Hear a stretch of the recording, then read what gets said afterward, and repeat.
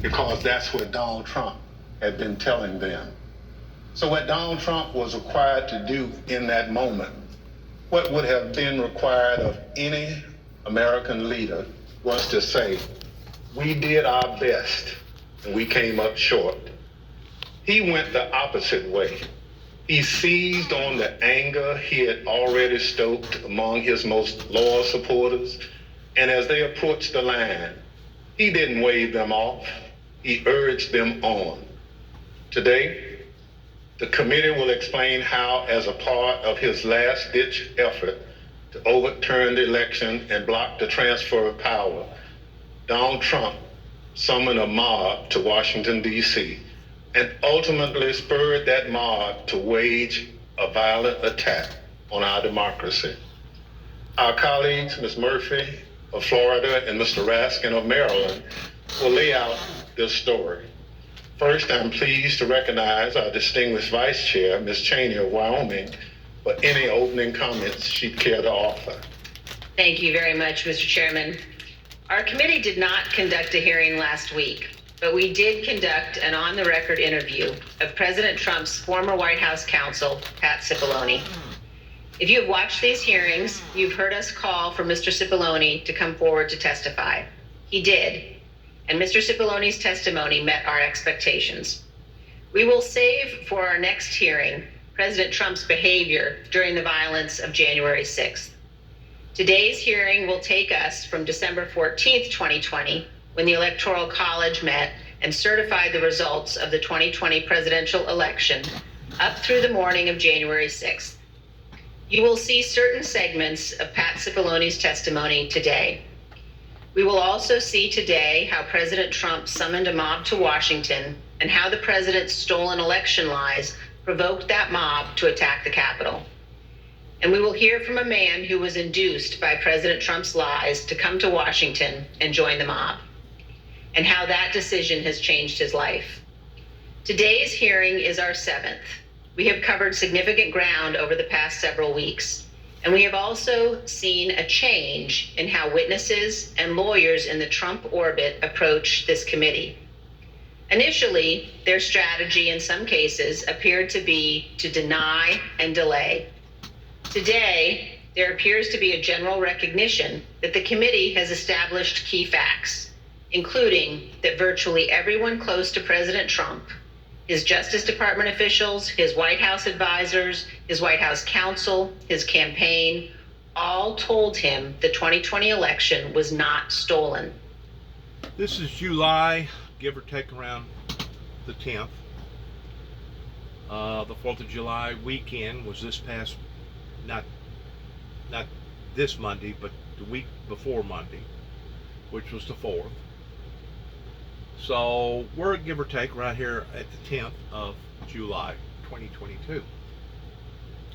I have really sat down and studied all of this very, very closely because I feel like that my opinion matters as an American red-blooded citizen, and I believe that from a spectator point of view, I can see both sides.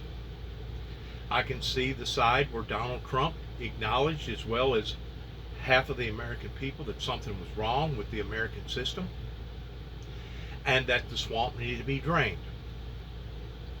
In a way, I can see where these hearings is trying to overlook or deny the fact that the system has been broken and that something does in fact need to be done towards the way that we conduct our affairs here in America, in our hearings of court, in our trials, and the way that we punish people and the way that we pick and choose towards who we're going to punish and who we're not, pertaining to a corrupted system, pertaining to the very thing that Donald Trump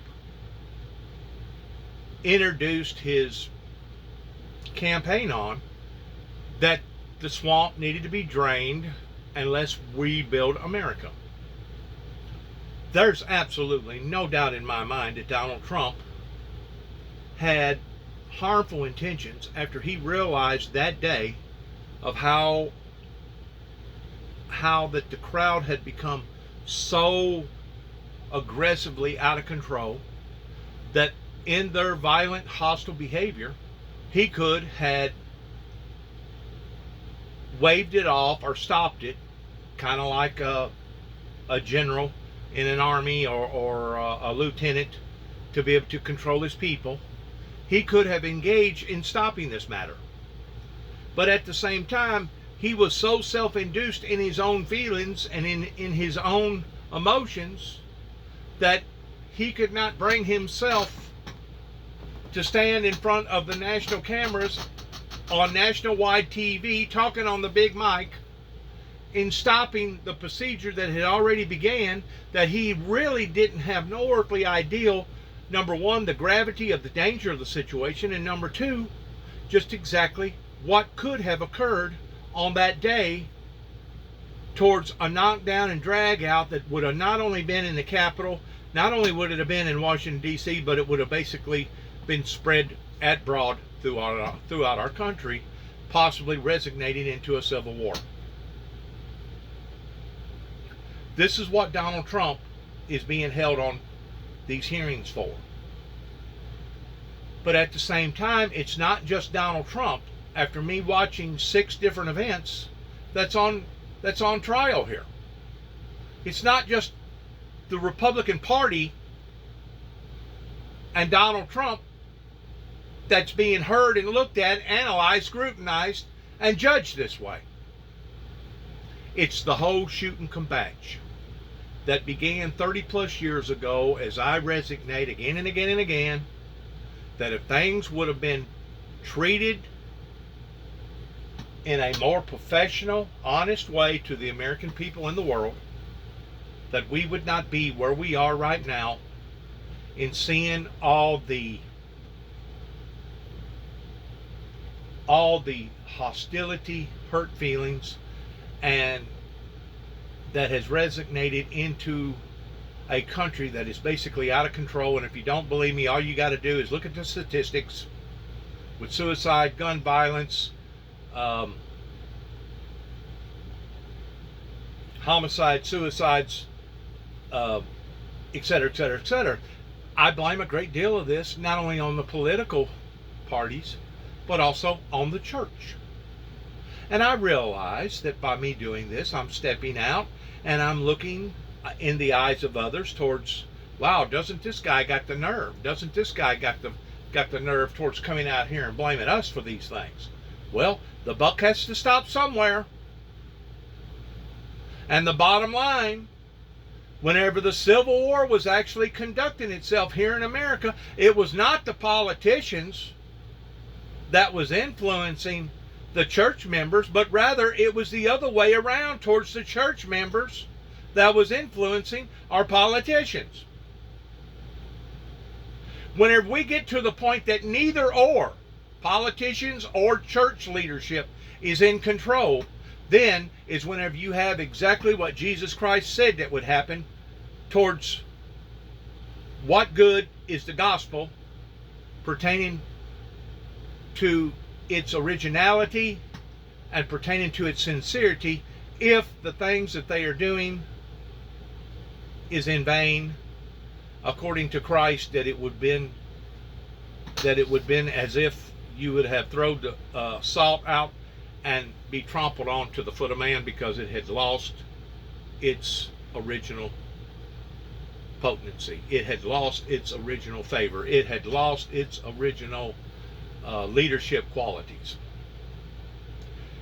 I realize that people that either don't understand all this or have already categorized me personally as me being the bad guy, as soon as they turn this on and listen to part of this or watch part of this, they're going to be turned off and they're going to turn the cheek and they're going to go about their lives in a different way, because by and large, probably 2/3 of America lives in a alternative reality in comparison to what's actually going on around them.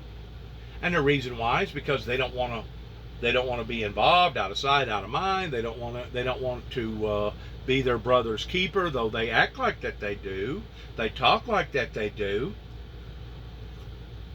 Kind of like whenever Ronald Reagan was given the 9 tapes from the Windmill Ministries missions.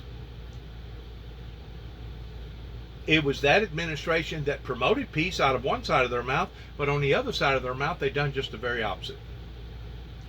And of course, we can see in the 20-year war, towards all the lives that got sacrificed, spending up to right at $2 trillion walking away from all that equipment, and less than 11 days later, the Taliban, the very people that we was after, basically took back over the Afghanistan people.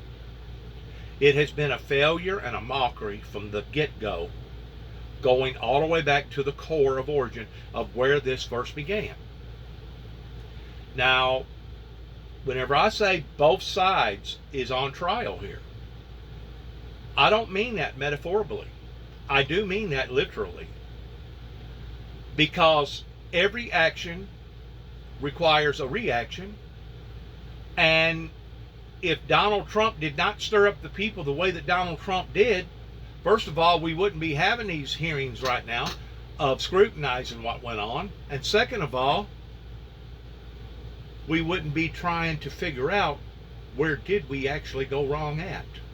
So what Donald Trump pursued towards draining the swamp, ultimately, I think before it's all said and done with, it may take a civil war in between, but ultimately, before it's all said and done, he's going to accomplish what he set out to do towards draining the swamp. And that's the reason why so many people are angry, all these different institutions and all these different organizations and associations, is because it has brought a great deal of shame, exposing it openly before society, pertaining to obviously something has incredibly went entirely wrong. And of course, COVID has just accelerated it towards making it come to the top in regards towards us seeing what we're seeing right now, to where we would have probably went through similar situations, but it would have been on down the road 7, 8, 10, 12 years from now. Well, now this is upon us. This burden has been brought to our existence, to our orbit. Now it's up to us to cross all the T's, dot all the I's, and try to figure out the things that we shouldn't have done for a correction in discovering the things that now we should do in open exposure and in a free, fair, open Republican democracy. So if anything, it's not one-sided towards one particular party or one particular group that's being looked at, scrutinized, analyzed, criticized, to some degree even demonized or dehumanized, but it's both sides. There's no doubt what Donald Trump done the day of January the 6th, he should be held in full accountability in what that he allowed to happen, that he basically jimmied up towards being a rebel riser in these regards. But at the same time, you have to look at both sides of the picture, that if we was not where we was during that time, would we actually be having these discussions? Would we actually be having these hearings? Would we actually be openly discussing and scrutinizing one another's actions? You know, you kind of got to look at this from both sides of the perspective, towards we, the people, being the spectators, and them being in the center of the circle, towards us actually witnessing and observing, judging, and to some degree even condemning what not just one side had failed the American people in, but both sides.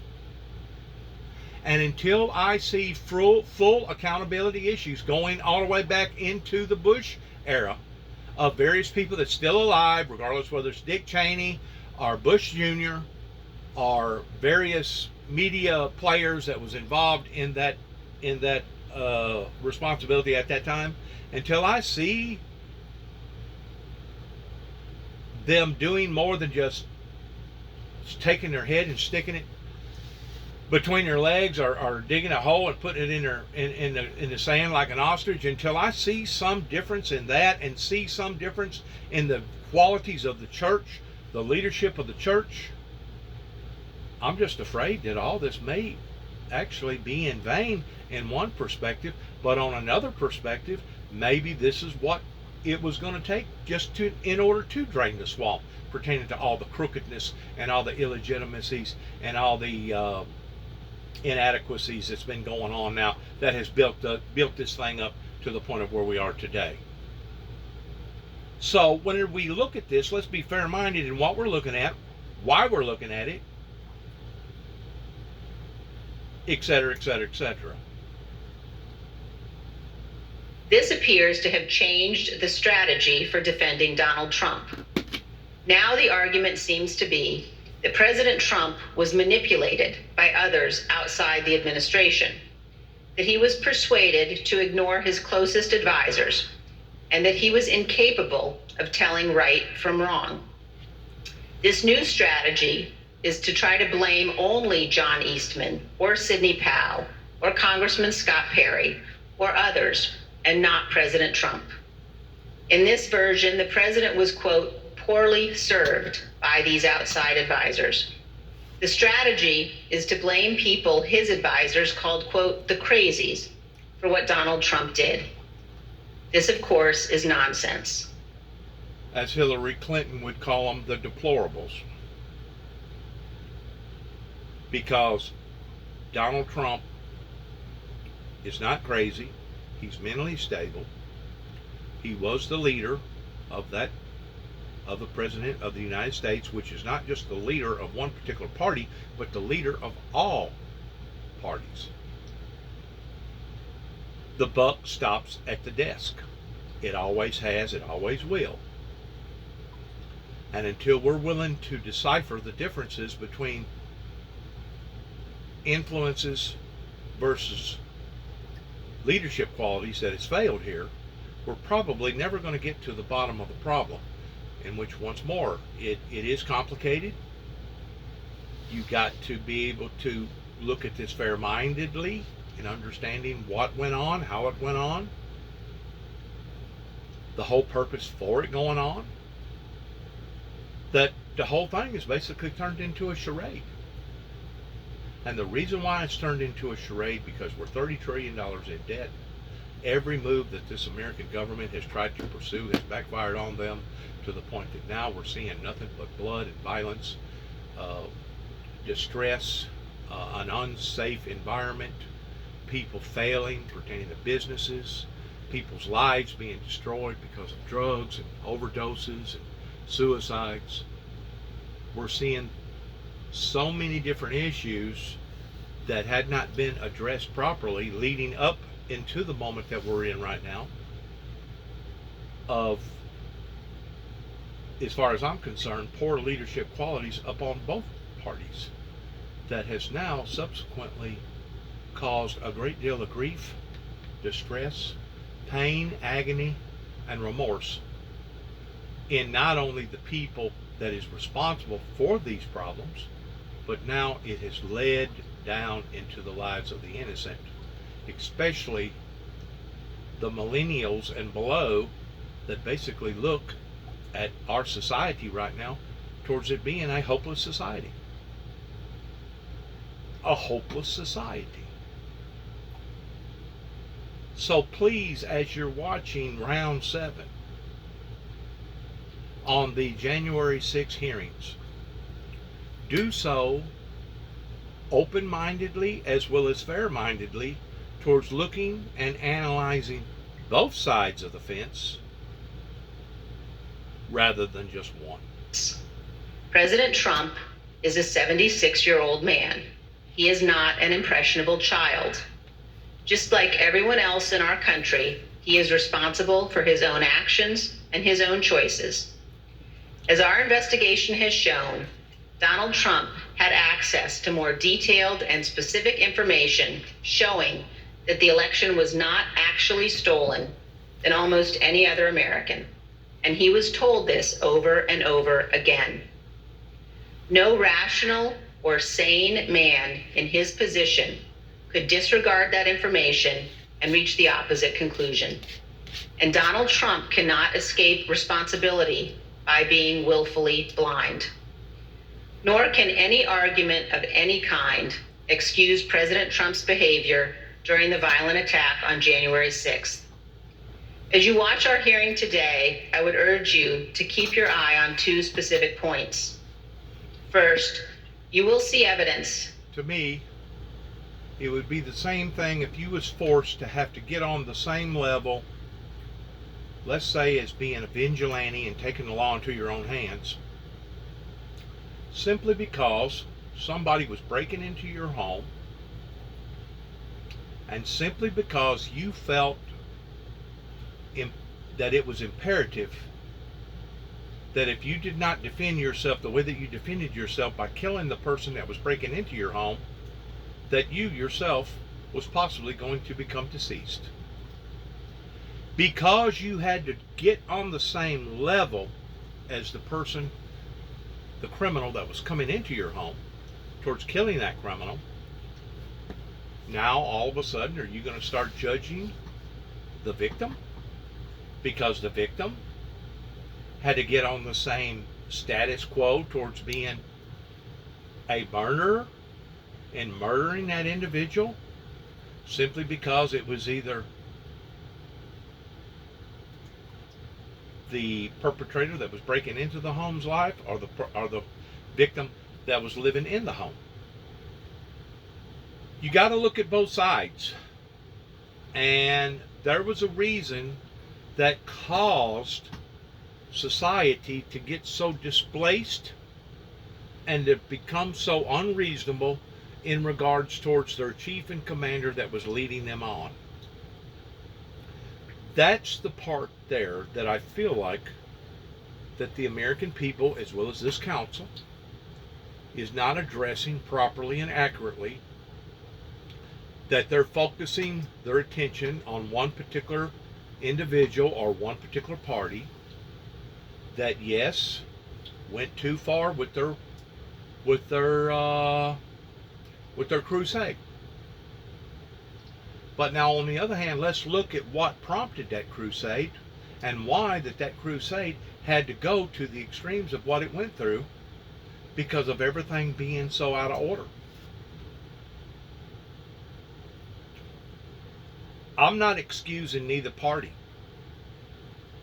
But what I am saying is, to be fair-minded, one side needs to take full accountability and responsibility for their actions towards what they didn't do, as much as the other side towards what they did do. If you're going to come up with a reasonable evaluation about all this towards where does the fault fall and who should the fault fall upon. I personally am listening to all of this from both sides, and whenever my brother and I put up the cross indicating that the system was broken, the broken cross, that was not just directed at the Republicans, that was not just directed at the Democrats, that was directed at both sides, in that our system currently that we have right now is broken. That was one of the things that motivated Donald Trump in his presidential promotion policies, or his promises, towards draining the swamp, draining the swamp, draining the swamp. And of course, Donald Trump did bring a lot of good issues out to the table pertaining to the tariffs, pertaining to how other countries was taking advantage of us. He brought it out in regards towards how our military, our veterans, was being abused, and that now those same veterans has at least the right to choose whether or not they want to be under this doctor's care or that doctor's care. Donald Trump brought up some other issues that, yes, was abrupt, harsh, raw, and maybe he used the wrong tactics in doing so, but at least he accomplished what he wanted to accomplish by at least looking towards draining the swamp. Even though the swamp has not yet been drained, that's where this is all leading to. Who are the swamp creatures? Why was the swamp creatures in there as long as the swamp creatures was in there that caused this dilemma? That caused us to be such outlandishly upside down to the point that now our government can no longer efficiently provide safety and prosperity for its own citizens here in the United States. So once more, whenever you're looking at this with an open mind and hopefully a fair mind, that you'll be able to look at these things and say, you know what? Yeah, Donald Trump went too far, and the people that day went too far in their vigilante type tactics towards becoming hostile in regards towards recognizing that our government was out of hand. But you know what? My opinion about that is, before January the 6th, this country was already out of hand. This country was already taking advantage of its citizens, or letting its citizens down towards the things that it should have been providing for in regards towards dereliction of duties. Just so happens, COVID helped to accelerate those things and bring them up to the top towards separating the impurities from the purities. Kind of like purifying gold. You know, whenever you melt gold down, there are certain areas that are considered gold, but the other areas are considered the impurities of the gold. Same way with just about anything. When you melt her down, put fire to it, you'll realize real quick towards the good and the bad what you either should keep or what you should throw away. And that's basically where we're at. So I hope that whoever watches this video, providing that you do, that you'll understand some of the comments that I'm making towards looking at the whole truth and not just parts of the truth. That Trump's legal team, led by Rudy Giuliani, knew that they lacked actual evidence of widespread fraud sufficient to prove that the election was actually stolen. They knew it, but they went ahead with January 6th anyway. And second, consider how millions of Americans were persuaded to believe what Donald Trump's closest advisors in his administration did not. These Americans did not have access to the truth like Donald Trump did. They put their faith and their trust in Donald Trump. They wanted to believe in him. They wanted to fight for their country, and he deceived them. For millions of Americans, that may be painful to accept, but it is true. Thank you, Mr. Chairman. I yield back. Without objection, the chair recognizes the gentlewoman from Florida, Ms. Murphy, and the gentleman from Maryland, Mr. Raskin, for opening statements. Thank you, Mr. Chairman. We know beyond a shadow of a doubt that then President Donald Trump lost in a free and fair election. And yet, President Trump insisted that his loss was due to fraud in the election process, rather than to the democratic will of the voters. The president continued to make this claim despite being told again and again by the courts, by the Justice Department, by his campaign officials, and by some of his closest advisors that the evidence did not support this assertion. This was the big lie, and millions of Americans were deceived by it. Too many of our fellow citizens still believe it to this day. It's corrosive to our country and damaging to our democracy. As our committee has shown in prior hearings, following the election, President Trump relentlessly pursued multiple interlocking lines of effort, all with a single goal: to remain in power despite having lost. The lines of effort were aimed at his loyal Vice President, Mike Pence, at state election and elected officials, and at the U.S. Department of Justice. The president pressured the vice president to obstruct the process to certify the election result. He demanded that state officials find him enough votes to overturn the election outcome in that state, and he pressed the Department of Justice to find widespread evidence of fraud. When justice officials told the president that such evidence did not exist, the president urged them to simply declare that the election was corrupt. On December 14th, the Electoral College met to officially confirm that Joe Biden would be the next president. The evidence shows that once this occurred, President Trump and those who were willing to aid and abet him turned their attention to the joint session of Congress scheduled for January 6th, at which the vice president would preside. In their warped view, this ceremonial event was the next, and perhaps the last, inflection point that could be used to reverse the outcome of the election before Mr. Biden's inauguration. As President Trump put it, the vice president and enough members of Congress simply needed to summon the courage to act. To help them find that courage, the president called for backup. Early in the morning of December 19th, the president sent out a tweet urging his followers to travel to Washington, D.C. for January 6th. "Be there, we'll be wild," the president wrote. As my colleague, Mr. Raskin, will describe in detail, this tweet served as a call to action, and in some cases as a call to arms for many of President Trump's most loyal supporters. It's clear the president intended the assembled crowd on the January 6th to serve his goal. And as you've already seen, and as you will see again today, some of those who are coming had specific plans. The president's goal was to stay in power for a second term despite losing the election. The assembled crowd was one of the tools to achieve that goal. And in today's hearing, we will focus on events that took place in the final weeks leading up to January 6th, starting in mid-December. And we'll add color and context to evidence you've already heard about, and we'll also provide additional new evidence. For example, you'll hear about meetings in which the president entertained extreme measures designed to help him stay in power, like the seizure of voting machines. We will show some of the coordination that occurred between the White House and members of Congress as it relates to January 6th. And some of these members of Congress would later seek pardons. We will also examine some of the planning for the January 6th protests, placing special emphasis on one rally planner's concerns about the potential violence.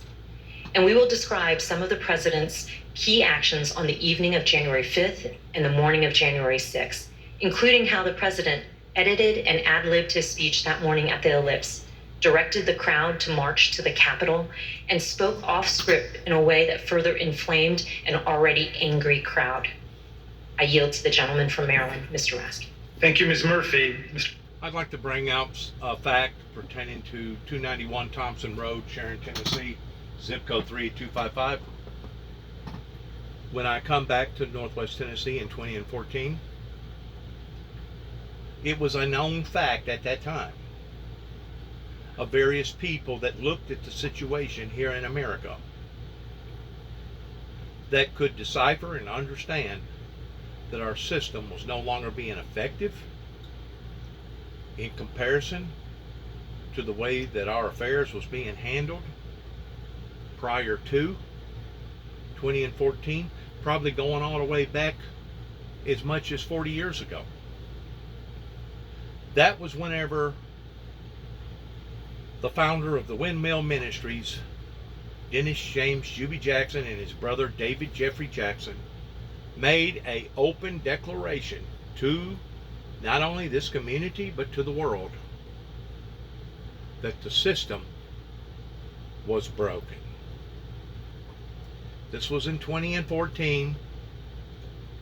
This was way before even Donald Trump made a conscious decision towards wanting to become president, much less becoming president. This was before COVID and before the war that has recently broken out about 5 months ago over in Ukraine, that has stifled various industries, regardless whether it was the oil industry, the wheat agriculture industry, or even by and large the petroleum fuel industry, that now has surfaced to the surface, that we here at the Windmill Ministries missions in the year 2014 made a open declaration that obviously people either didn't agree with or didn't understand the purpose for taking the cross and turning it to its side, giving it a 45-degree angle, impressing that the system was no longer adequate and that it was broken. Once more, my brother and I received great persecution. We was hunted, we was violated, we was let down by the courts, we was victimized, we was brutalized, we was dehumanized, and to some extent even demonized by trying to stand up for the truth, in acknowledging the reality of where we was at that time in 2014.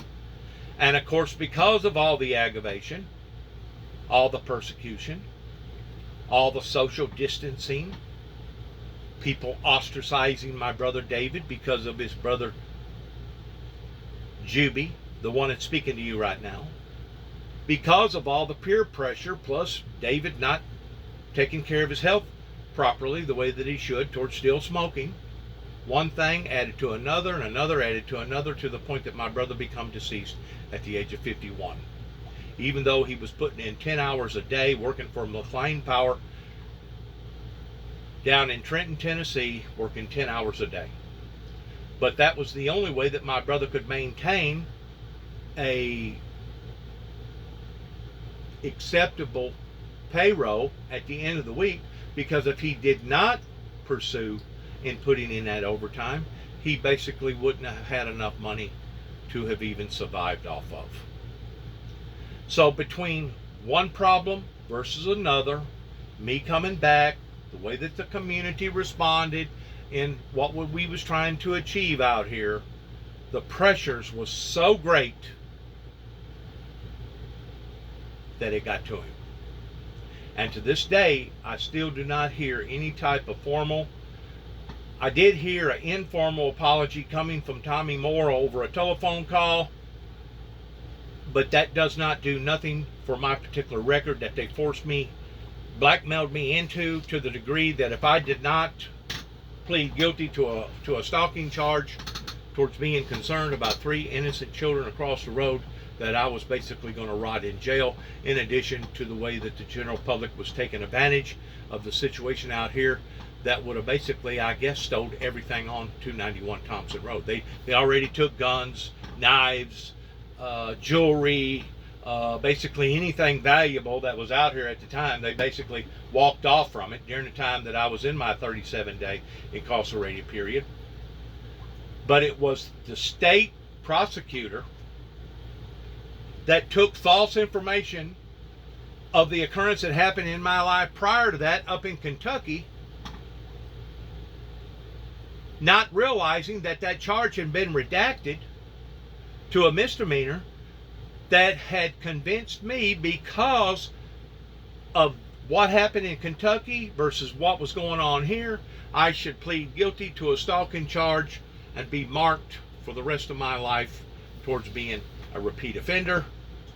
And by me being a repeat offender, I deserved a felony. The state court inadequately treated the situation in a very unprofessional and inappropriate manner, in addition to the way that they did not render their duties properly towards protecting us out here during the time that we was being hunted over anti-Semitisms and people that was disagreeing with the image or the promotion that we was putting out to the general public at that time. I just want the record to stand that it is very crucially important, whenever you're having a trial or a hearing or an episode, an event that is now surfacing to the eyes of many, that you do not just look at bits and pieces of the truth and only one-sided of the truth, that you must look at the whole truth. Nothing but the truth. So help us God. And that's what our original concept with our courts is supposed to be. Do you swear to tell the truth, the whole truth, nothing but the truth, so help you God? You can't pick and choose towards different areas that you don't want to acknowledge or analyze and look at.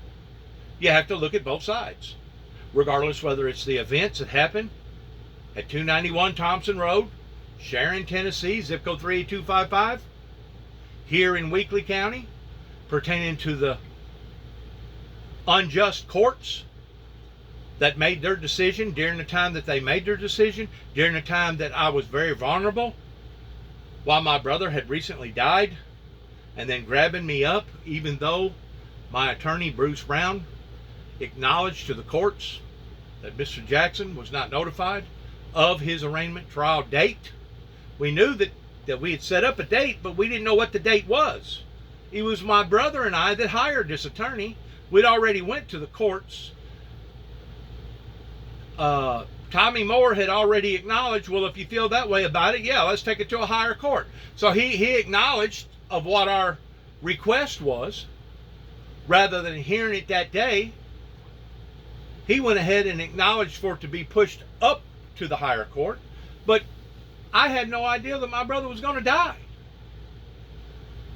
And to think of all things, that during the time of his death, this community turned on me like a biting dog, in which they'd already done turned on me way before my brother's death. And now they was adding that much more insult and misery into my life, that I was having sex with my brother and that I killed my brother. That it was I that caused my brother's death. That I was a pedophile and that I should be held accountable for what went on out here. Ignoring the fact that instead of it just being I that should be held accountable by me coming back here in 2014, building this structure and influencing my brother to help me put up the broken cross representing the broken system, but them in not acknowledging their accountability issues.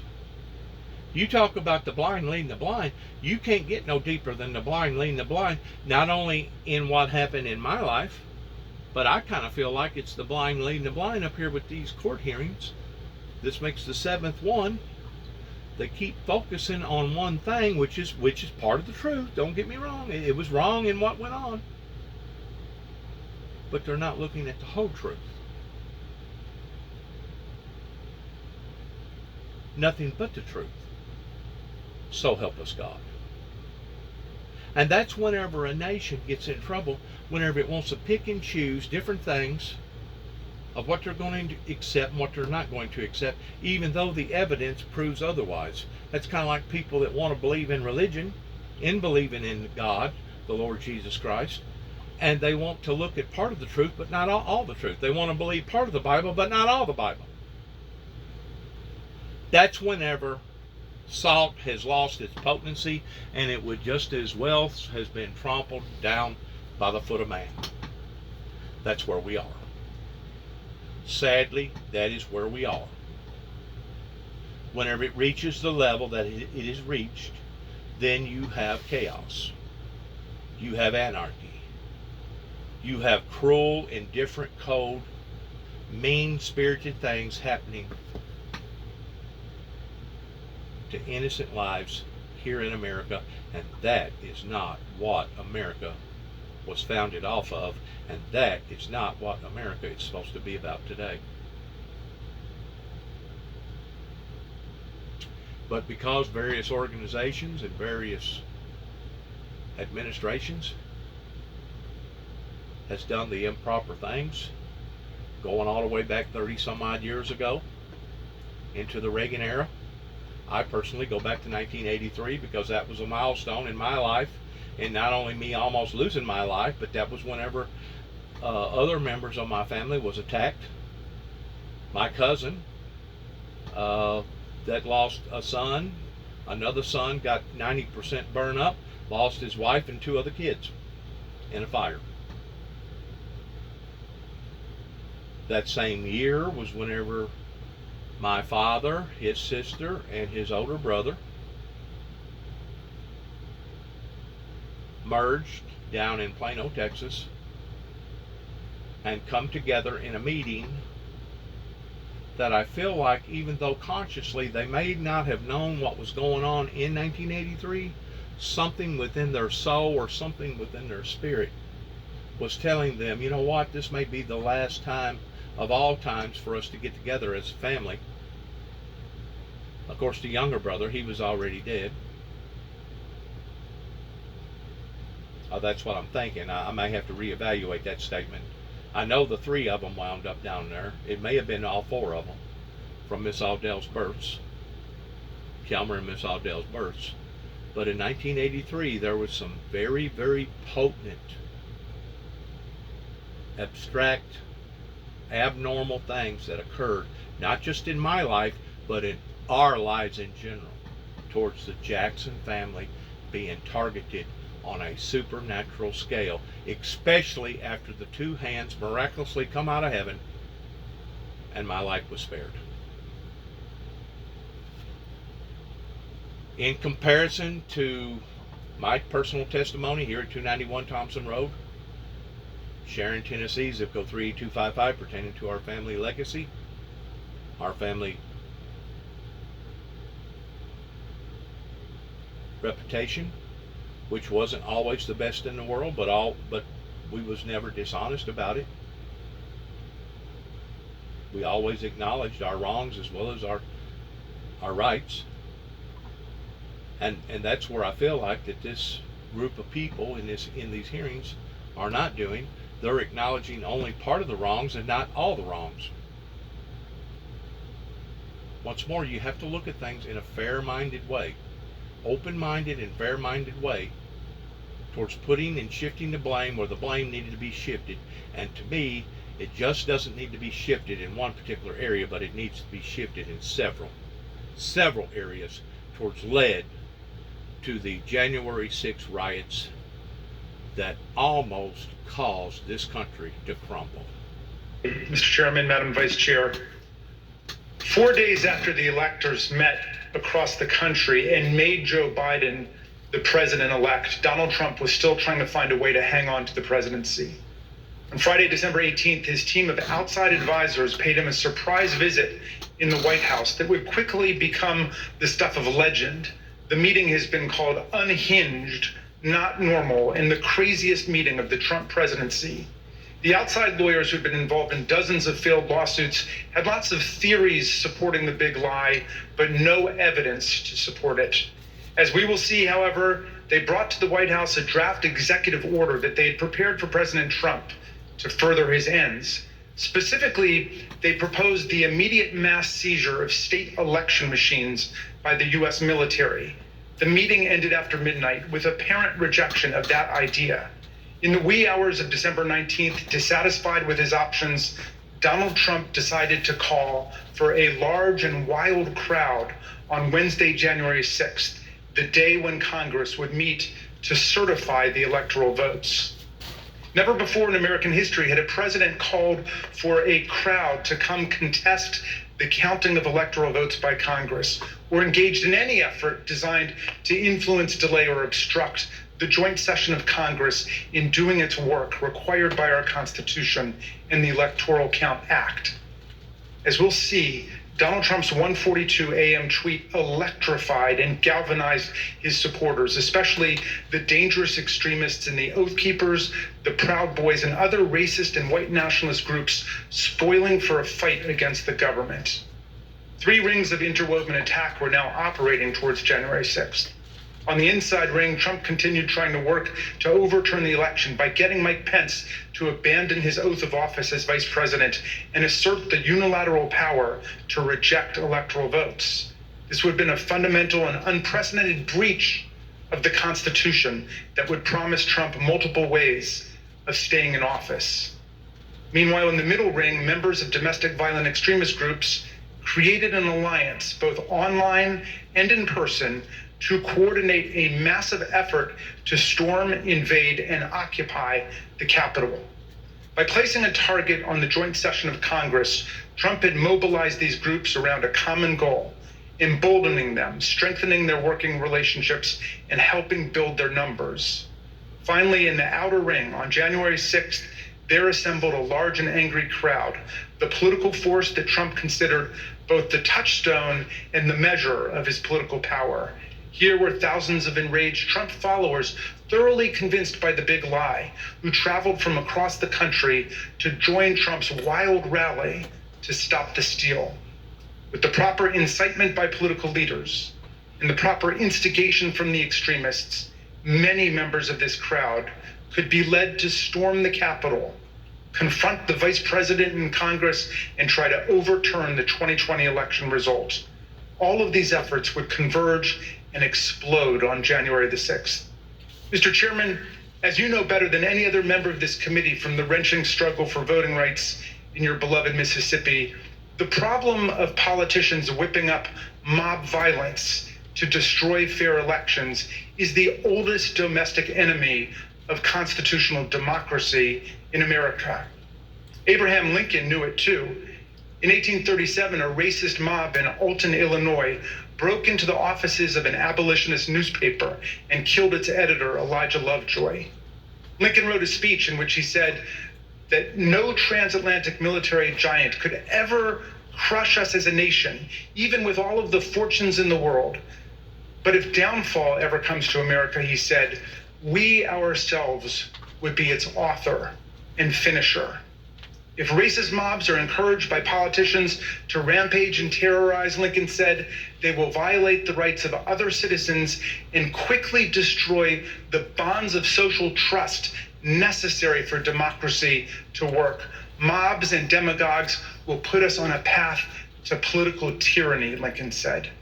As we'll see today, this very old problem has returned with new ferocity today as a president who lost an election deployed a mob which included dangerous extremists to attack the constitutional system of election and the peaceful transfer of power. And as we'll see, the creation of the internet and social media has given today's tyrants tools of propaganda and disinformation that yesterday's despots could only have dreamed of. I yield back to the gentle lady from Florida, Ms. Murphy. Article 2 of the United States Constitution establishes the Electoral College. Each state's laws provide that electors are to be chosen by a popular vote. And on December 14th, 2020, electors met in all 50 states and the District of Columbia to cast their votes. Joseph Biden won by a margin of 306 to 232. The election was over. Mr. Biden was the president-elect.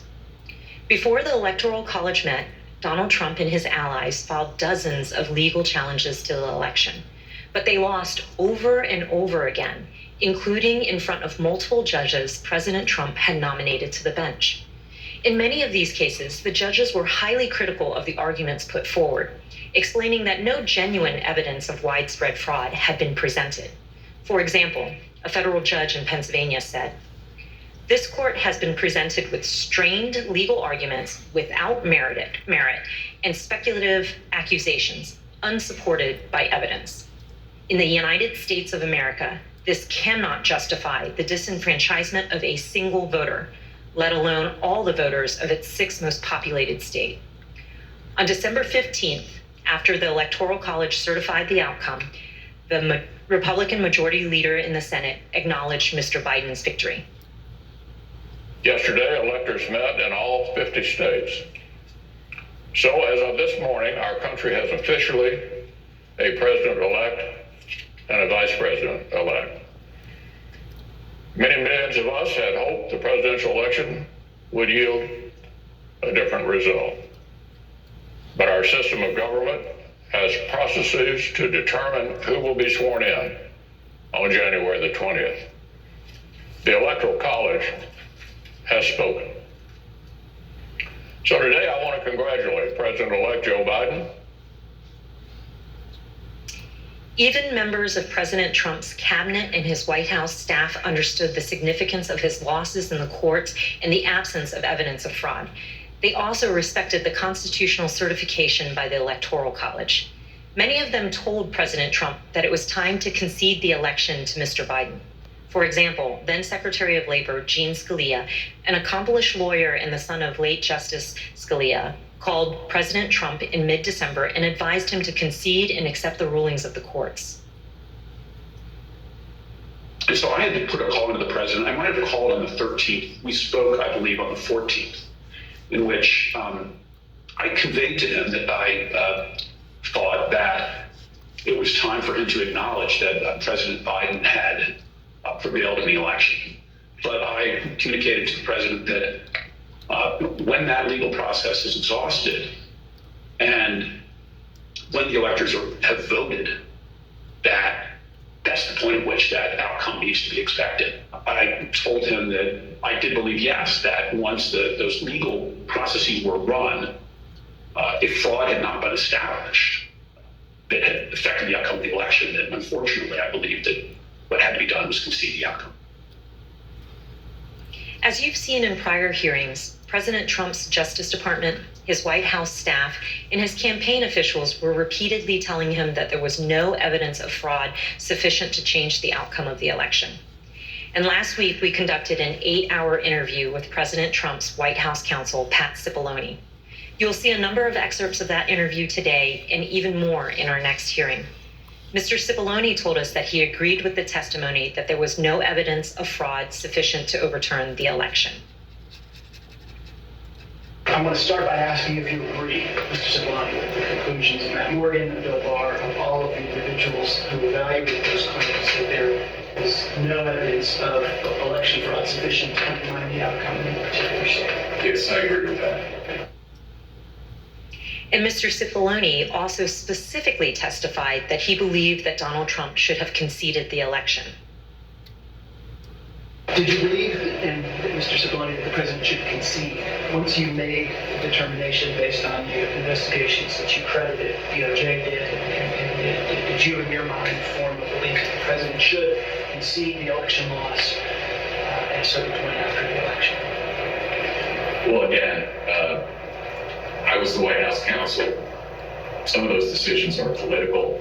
So to the extent that, but if your question is that I believe we should concede the election at a point in time, yes, I did. I believe Leader McConnell went onto the floor of the Senate, I believe in mid-December, and basically said, the process is done. That would be in line with my thinking on these things. As Attorney General Bill Barr testified, December 14th should have been the end of the matter. December 14th was the day that the states certified their votes and sent them to Congress. And in my view, that was the end of the matter. I didn't see, I thought that this would lead inexorably to a new administration. Mr. Cipollone also testified that the president's chief of staff, Mark Meadows, said he shared this view. As early as that November 23rd meeting, we understand that there was discussion about the president possibly conceding the election. And specifically, we understand that Mark Meadows assured both you and Attorney General Barr that the president would eventually agree to a graceful exit. Do you remember Mr. Meadows making any such representation? Are you saying as part of that meeting or separately? Again, without getting into that meeting, I would say that is a statement and a sentiment that I heard from Mark Meadows. I see. And again, do you know if it was on November 23rd or some point? Again, it was probably, around that time, and it was probably subsequent to that time. It wasn't a one-time statement. Mr. Meadows has refused to testify, and the committee is in litigation with him. But many other White House officials shared the view that once the litigation ended and the Electoral College met, the election was over. And here's President Trump's former press secretary. I wanted to clarify, Ms. McEnany, so back to my previous question, it was your view then, or was it your view that the efforts to overturn the election should have stopped once the litigation was complete? In my view, upon the conclusion of litigation, was when I began to plan for life after the administration. And this is what Ivanka Trump told us. December 14th was the day on which the Electoral College met, when these electors around the country met and cast the electoral votes consistent with the popular vote in each state. And it was obviously a public proceeding or a series of proceedings that President Biden had obtained the requisite number of electors. Was that an important day for you? Did that affect sort of your planning or your realization as to whether or not there was going to be an end of this administration? I think so. I think it was my sentiment probably prior as well. Judd Deere was a White House deputy press secretary. This was his testimony about what he told President Trump. I told him that my personal viewpoint was that the Electoral College had met, which is the system that our country is set under to elect a president and vice president. And I believed at that point that the means for him to pursue litigation was probably closed. And you recall what his response, if any, was? He disagreed. We've also seen this testimony from Attorney General Barr reflecting a view of the White House staff in late November 2020. And then at that point I left. And as I walked out of the Oval Office, Jared was there with Dan Scavino, who ran the president's social media, and who I thought was a reasonable guy and believed is a reasonable guy. And I said, how long is he going to carry on with this stolen election stuff? Where's this going to go? And by that time, Meadows had caught up with me and leaving the office, and caught up to me and said that he said, look, I think that he's becoming more realistic and knows that there's a limit to how far he can take this. And then Jared said, yeah, we're working on this. We're working on it. Likewise, in this testimony, Cassidy Hutchinson, an aide to Mark Meadows, described her conversations with President Trump's Director of National Intelligence, John Ratcliffe, a former Republican congressman. He had expressed to me that he was concerned that it could spiral out of control and potentially be dangerous, either for our democracy or the way that things were going for the six. Of course, underlying all of this is the fundamental principle that the President of the United States cannot simply disregard the rulings of state and federal courts, which are empowered to address specific election-related claims. The President cannot simply pretend that the courts had not ruled. By that time, the president or his associates had lost 60 out of 61 cases that they had brought to challenge different aspects of the election in a number of states. They lost 60 out of 61 of those cases. So by the time we get to January 3rd, that's been clear. I assume, Pat, that you would agree the president is obligated to abide by the rulings of the courts. Of course. And I assume you also... Everybody is obligated to abide by the rules of the courts.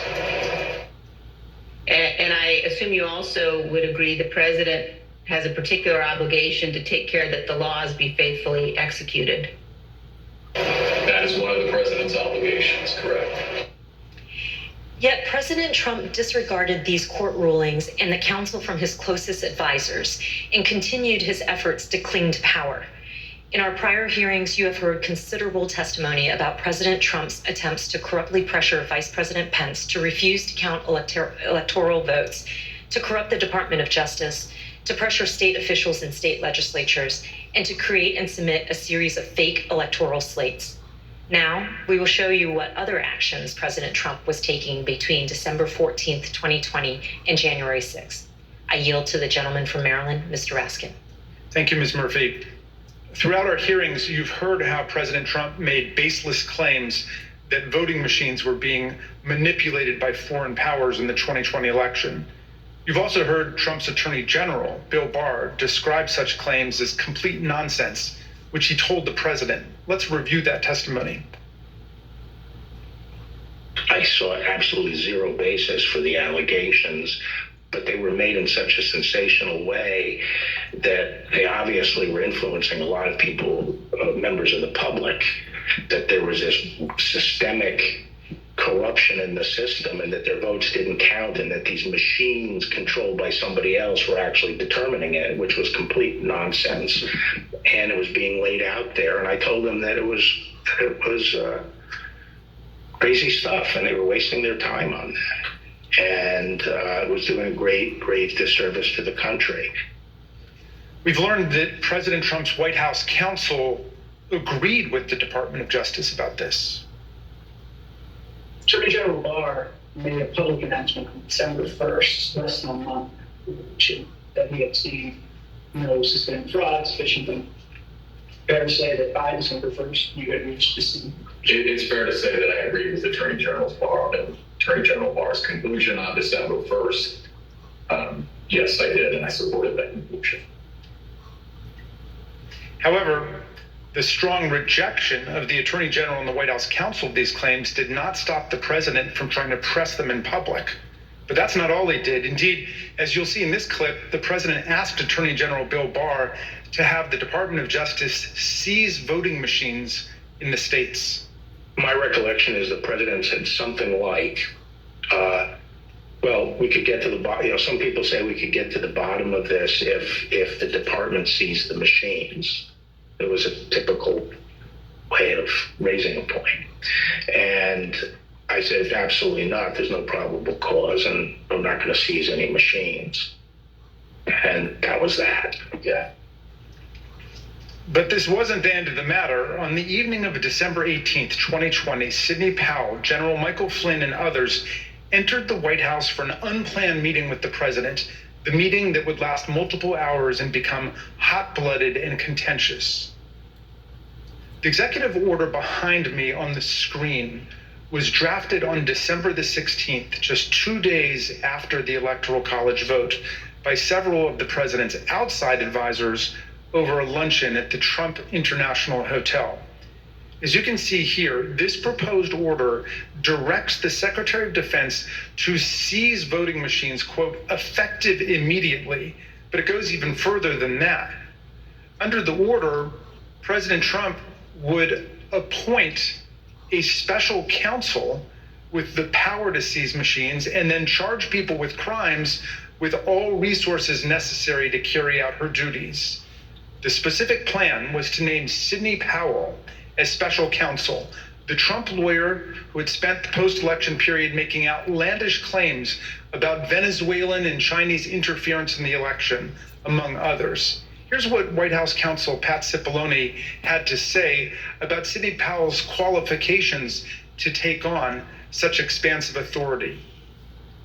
I don't think Sidney Powell would say that I thought it was a good idea to appoint her special counsel. I was vehemently opposed. I didn't think she should be appointed to anything. Sidney Powell told the president that these steps were justified because of her evidence of foreign interference in the 2020 election. However, as we've seen, Trump's allies had no such evidence and, of course, no legal authority for the federal government to seize state voting machines. Here's Mr. Cipollone again denouncing Sidney Powell's terrible idea. There was a real question in my mind and a real concern, particularly after the Attorney General had reached a conclusion that there wasn't sufficient election fraud to change the outcome of the election. When other people kept suggesting that there was, the answer is, what is it? And at some point, you'd have to put up or shut up. That was my view. Why was this, on a broader scale, a bad idea for the country? To have the federal government seize voting machines, it's a terrible idea for the country. That's not how we do things in the United States. There's no legal authority to do that. And there is a way to contest elections, that happens all the time. But the idea that the federal government could come in and seize election machines, I don't understand why we even have to tell you why that's a bad idea. It's a terrible idea. For all of its absurdity, the December 18th meeting was critically important because President Trump got to watch up close for several hours as his White House counsel and other White House lawyers destroyed the baseless factual claims and ridiculous legal arguments being offered by Sidney Powell, Mike Flynn, and others. President Trump now knew all these claims were nonsense, not just from his able White House lawyers, but also from his own Department of Justice officials and indeed his own campaign officials. As White House counsel Pat Cipollone told us, with respect to the whole election fraud issue, to me, it's sort of if you're going to make those kind of claims, and people were open to them early on because people were making all sorts of claims, and the real question is, show the evidence, okay? It wasn't just the Justice Department, the Trump campaign, and the Trump White House lawyers who knew it. Even Rudy Giuliani's own legal team admitted that they did not have any real evidence of fraud sufficient to change the election result. Here's an email from Rudy Giuliani's lead investigator, Bernie Kerik, on December 28, 2020, to Chief of Staff Mark Meadows. Mr. Kerik did not mince any words. We can do all the investigations we want later, but if the president plans on winning, it's the legislators that have to be moved, and this will do just that. Mr. Kerik wanted the president to win. What he didn't say in this email was what he would later tell the Select Committee in a letter that his lawyer wrote to us in November. The letter said, quote, "It was impossible for Mr. Kerik and his team to determine conclusively whether there was widespread fraud or whether that widespread fraud would have altered the outcome of the election." In other words, even Rudy Giuliani's own legal team knew before January 6th that they hadn't collected enough actual evidence to support any of their stolen election claims. Here's what Trump campaign senior advisor Jason Miller told the committee about some of the so-called evidence of fraud that the campaign had seen from the Giuliani team. So do you know what the examples of fraud, numbers, names, and supporting evidence was that you sent to Mo Brooks's office? And when I say you, I mean you or the campaign. There are some very, very general documents as far as say, for example, here are the handful of dead people in several different states. Here are explanations on a couple of the legal challenges as far as saying that the rules were changed in an unconstitutional manner, but it was to say that it was thin is probably an understatement. Here's how President Trump's deputy campaign manager described the evidence of fraud that the campaign had seen. You never came to learn or understand that Mayor Giuliani had produced evidence of election fraud. Is that fair? That's fair. And here's testimony that we received from the Speaker of the Arizona House of Representatives, Rusty Bowers, about an exchange that he had with Rudy Giuliani after the election. At some point, did one of them make a comment that they didn't have evidence, but they had a lot of theories? That was Mr. Giuliani. Chief of Staff Mark Meadows told people that he thought Trump should concede around the time the Electoral College certified the result. But nonetheless, he later worked to try to facilitate President Trump's wishes. Here's what Cassidy Hutchinson told us. During this period, I perceived his goal with all of this to keep Trump in office. He had very seriously and deeply considered the allegations of voter fraud. But when he began acknowledging that maybe there wasn't enough voter fraud to overturn the election, I witnessed him start to explore potential constitutional loopholes more extensively, which I then connected with John Eastman's theories. The startling conclusion is this: even an agreed upon complete lack of evidence could not stop President Trump, Mark Meadows, and their allies from trying to overturn the results of a free and fair election. So let's return to that meeting at the White House on the evening of December 18. That night, a group showed up at the White House, including Sidney Powell, retired Lieutenant General Michael Flynn, and former Overstock.com CEO Patrick Byrne. After gaining access to the building from a junior White House staffer, the group made their way to the Oval Office.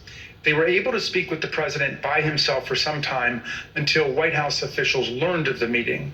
What ensued was a heated and profane clash between this group and President Trump's White House advisors, who traded personal insults, accusations of disloyalty to the president, and even challenges to physically fight.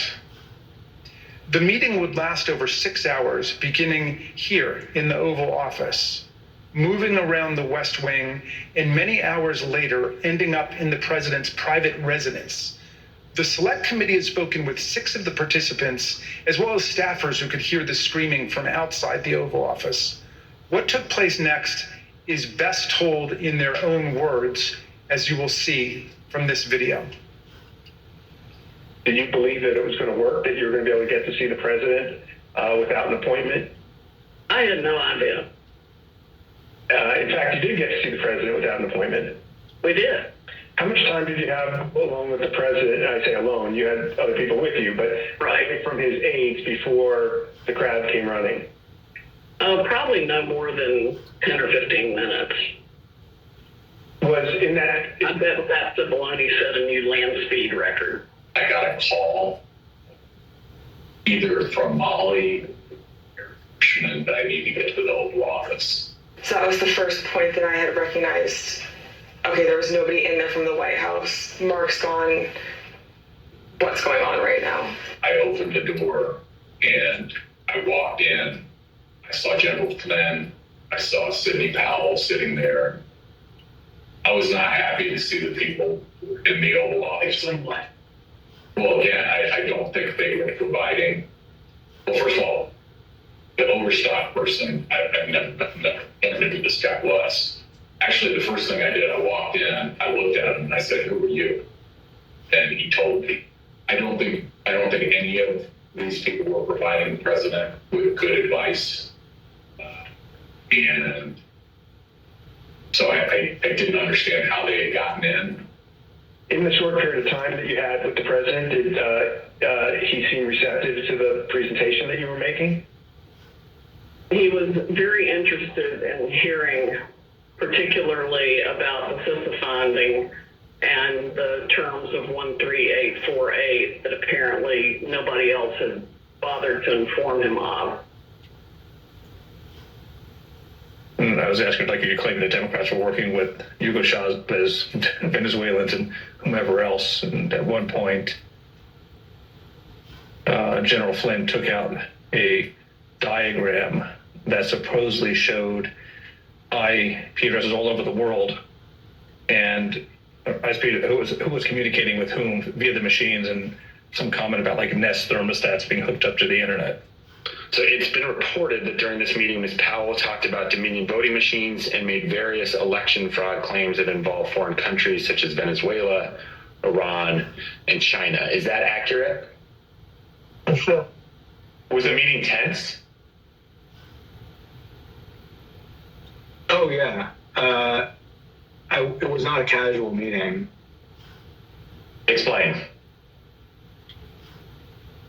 I mean, at times there were people shouting at each other, hurling insults at each other. It wasn't just sort of people sitting around on a couch, like, chit-chatting. Do you recall whether he raised to Ms. Powell the fact that she and the campaign had lost all of the 60 cases that they had brought in litigation? Yes, he raised that. And what was the response? I don't remember what she said. I don't think it was a good response. Cipollone and Hirschman and whoever the other guy was showed nothing but contempt and disdain of the president. Yeah, I remember the three of them were really sort of forcefully attacking me verbally. Derek, and we were pushing back, and we were asking one simple question as a general matter: where is the evidence?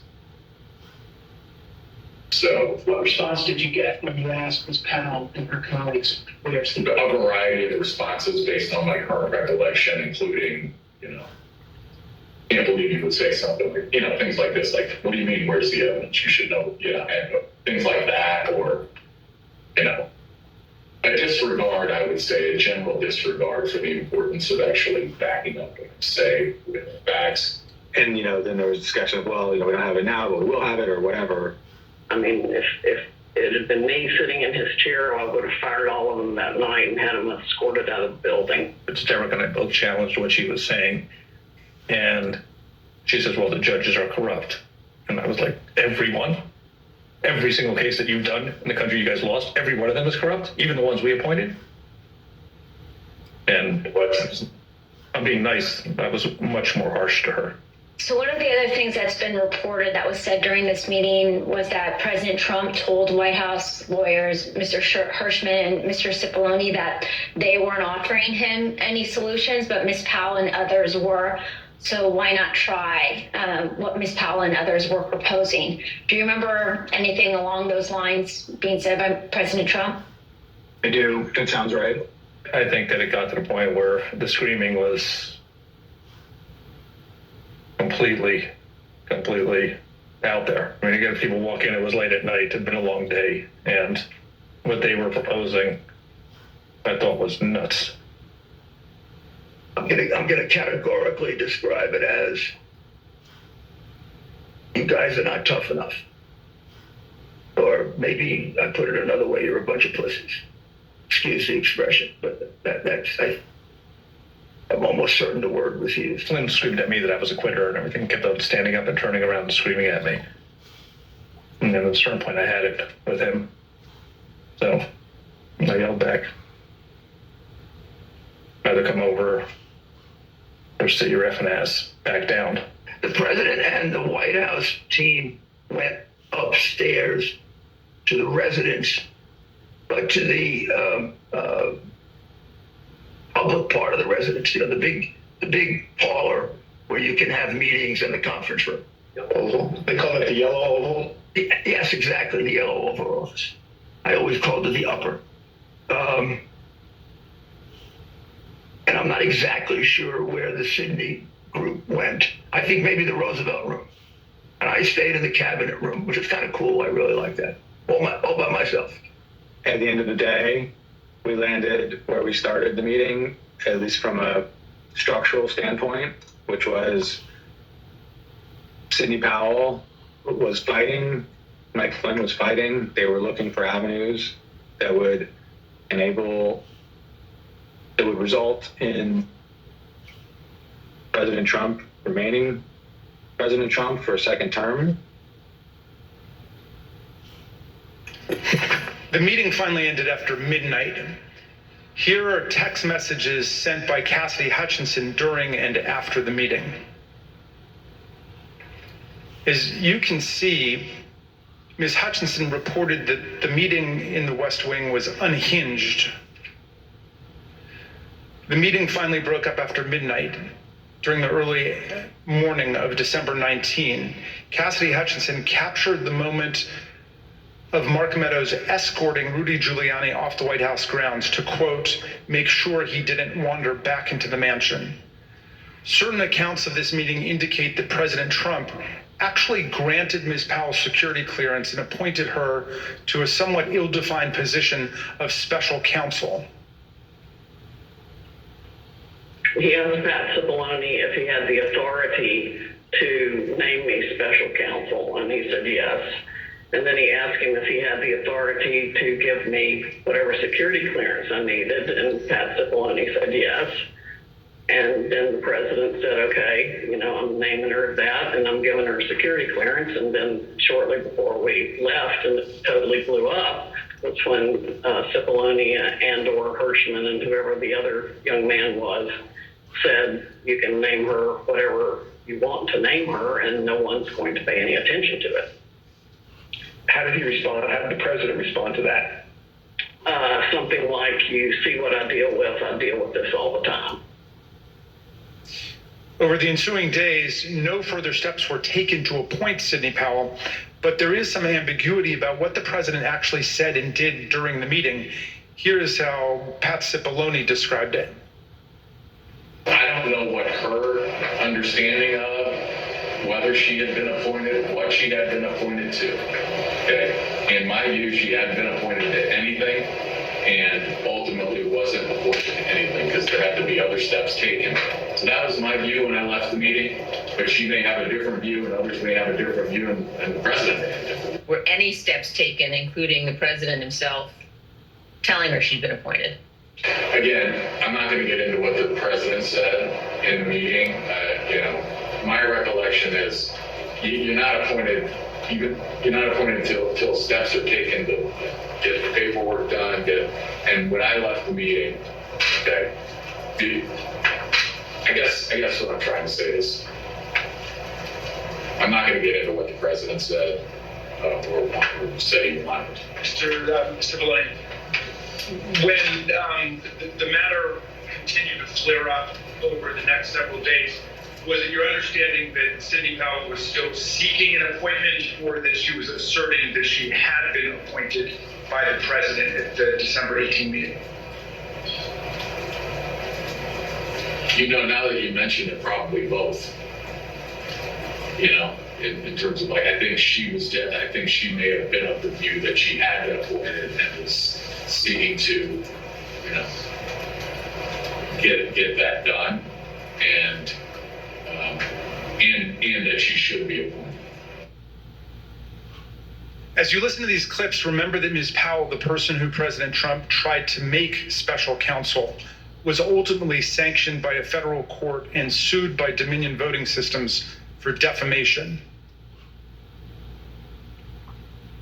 In her own defense to that lawsuit, Sidney Powell argued that, quote, no reasonable person would conclude that the statements were truly statements of fact. Not long after Sidney Powell, General Flynn, and Rudy Giuliani left the White House in the early hours of the morning, President Trump turned away from both his outside advisors' most outlandish and unworkable schemes and his White House counsel's advice to swallow hard and accept the reality of his loss. Instead, Donald Trump issued a tweet that would galvanize his followers, unleash a political firestorm, and change the course of our history as a country. Trump's purpose was to mobilize a crowd. And how do you mobilize a crowd in 2020? With millions of followers on Twitter, President Trump knew exactly how to do it. At 1:42 a.m. on December 19, 2020, shortly after the last participants left the unhinged meeting, Trump sent out the tweet with his explosive invitation. Trump repeated his big lie and claimed it was, quote, statistically impossible to have lost the 2020 election before calling for a big protest in D.C. on January 6th. Be there, will be wild. Trump supporters responded immediately. Women for America First, a pro-Trump organizing group, had previously applied for a rally permit for January 22nd and 23rd in Washington, D.C., several days after Joe Biden was to be inaugurated. But in the hours after the tweet, they moved their permit to January 6th, 2 weeks before. This rescheduling created the rally where Trump would eventually speak. The next day, Ali Alexander, leader of the Stop the Steal organization and a key mobilizer of Trump supporters, registered wildprotest.com, named after Trump's tweet. Wildprotest.com provided comprehensive information about numerous newly organized protest events in Washington. It included event times, places, speakers, and details on transportation to Washington, D.C. Meanwhile, other key Trump supporters, including far-right media personalities, began promoting the wild protest on January 6th. It's Saturday, December 19th. The year is 2020. And one of the most historic events in American history has just taken place. President Trump, in the early morning hours today, tweeted that he wants the American people to march on Washington, D.C. on January 6, 2021. And now Donald Trump is calling on his supporters to descend on Washington, D.C., January 6th. He is now calling on we, the people, to take action and to show our numbers. We're going to only be saved by millions of Americans moving to Washington, occupying the entire area, if necessary, storming right into the Capitol. You know, we know the rules of engagement. If you have enough people, you can push down any kind of a fence or a wall. This could be Trump's last stand. And it's a time when he has specifically called on his supporters to arrive in D.C. That's something that may actually be the big push Trump supporters need to say, this is it. It's now or never. You better understand something, son. You better understand something. Red wave, bitch. Red wave. This is going to be a red wedding going down January 6th. On that day, Trump says, show up for a protest. It's gonna be wild. And based on what we've already seen from the previous events, I think Trump is absolutely correct. Motherfucker, you better look outside. You better look out January 6th. Kick that fucking door open. Look down the street. There's going to be 1 million plus geeked up armed Americans. The time for games is over. The time for action is now. Where were you when history called? Where were you when you and your children's destiny and future was on the line? In that clip, you heard one of Trump's supporters predict a red wedding, which is a pop culture reference to mass slaughter. But the point is that Trump's call to Washington reverberated powerfully and pervasively online. The committee has interviewed a former Twitter employee who explained the effect that Trump had on the Twitter platform. This employee was on the team responsible for platform and content moderation policies on Twitter throughout 2020 and 2021. The employee testified that Twitter considered adopting a stricter content moderation policy after President Trump told the Proud Boys to stand back and stand by from the lectern at the September 29th presidential debate. But Twitter chose not to act. Here's the former employee whose voice has been obscured to protect their identity, discussing Trump's stand back and stand by comment and the effect it had. My concern was that the former president, for seemingly the first time, was speaking directly to extremist organizations and giving them directives. We had not seen that sort of direct communication before. And that concerned me. So just to clarify further, you were worried and others on Twitter were worried that the president might use your platform to speak directly to folks who might be incited to violence? Yes. I believe that Twitter relished in the knowledge that they were also the favorite and most used service of the former president, and enjoyed having that sort of power within the social media ecosystem. If President Trump or anyone else, would it have taken until January 8th, 2021 for him to be suspended? Absolutely not. If the former President Donald Trump were any other user on Twitter, he would have been permanently suspended a very long time ago. Despite these grave concerns, Trump remained on the platform completely unchecked. Then came the December 19 tweet and everything it inspired. Indeed, it felt as if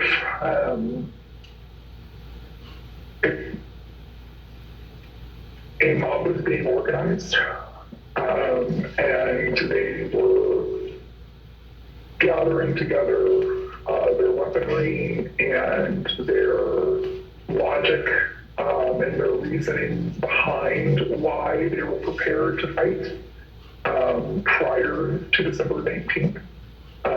Again, it was vague. It was non-specific, but very clear that individuals were ready, willing, and able to take up arms.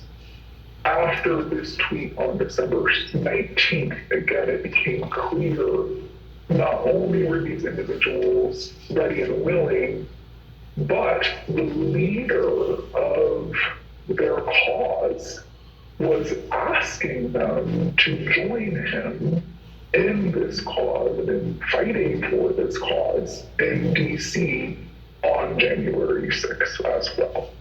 I will also say what shocked me was the responses to these tweets, right? So these were a lot of the locked and loaded, stand back, stand by, those tweets were in response to Donald Trump saying things like this, right? So there would be a response that said, big protest in DC on January 6th, be there, be wild, and someone would respond and say, I'm locked and loaded and ready for Civil War Part 2, right?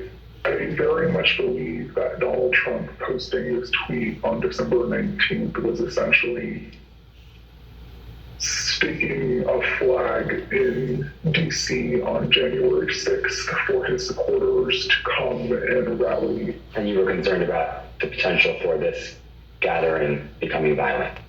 Absolutely. Indeed, many of Trump's followers took to social media to declare that they were ready to answer Trump's call. One user asked, is the 6th D-Day? Is that why Trump wants everyone there? Another asserted, Trump just told us all to come armed. Fucking A, this is happening. A third took it even further. It will be wild means we need volunteers for the firing squad. Jim Watkins, the owner of 8kun, the fringe online forum that was birthplace of the QAnon extremist movement, confirmed the importance of Trump's tweet. When did you first decide to go to DC for January 6th? When the President of the United States announced that he was going to have a rally, then I bought a ticket and went. Watkins was at the Capitol on January 6th. Some who have since been indicted for their involvement in the attack on the Capitol also responded. One of them posted on the 19th, quote, calling all patriots, be in Washington, D.C., January the 6th. This wasn't organized by any group. DJT has invited us, and it's going to be wild. Some of the online rhetoric turned openly homicidal and white nationalist, such as, why don't we just kill them, every last Democrat, down to the last man, woman, and child? And it's time for the day of the rope. White revolution is the only solution. Others realized that police would be standing in the way of their effort to overturn the election. So one wrote, I'm ready to die for my beliefs. Are you ready to die, police? Another wrote on the Donald.win, cops don't have standing if they're laying on the ground in a pool of their own blood. The Donald.win was an openly racist and anti-Semitic forum. The select committee deposed that site's founder, Jody Williams. He confirmed how the president's tweet created a laser-like focus on the date of January the 6th. People have been talking about going to D.C. since the election was over. And do you recall whether or not the conversation around those dates centered on the 6th after the president's tweet?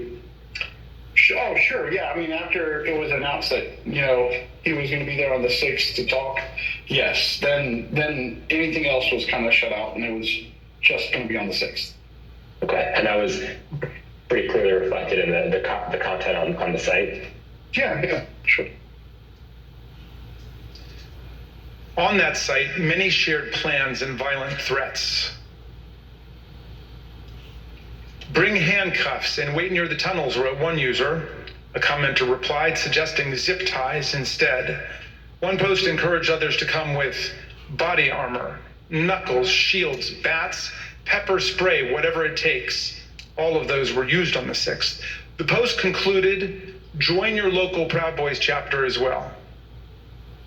The Donald.win featured discussions of the tunnels beneath the Capitol complex, suggestions for targeting members of Congress, and encouragement to attend this once-in-a-lifetime event.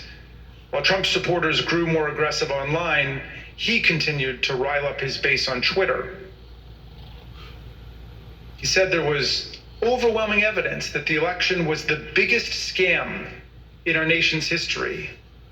As you can see, the president continued to boost the event, tweeting about it more than a dozen times in the lead up to January the 6th. Mr. Chairman, I reserve. The chair requests that those in the hearing room remain seated until the Capitol Police have escorted members from the room. Pursuant to the order of the committee of today, the chair declares the committee in recess for a period of approximately 10 minutes.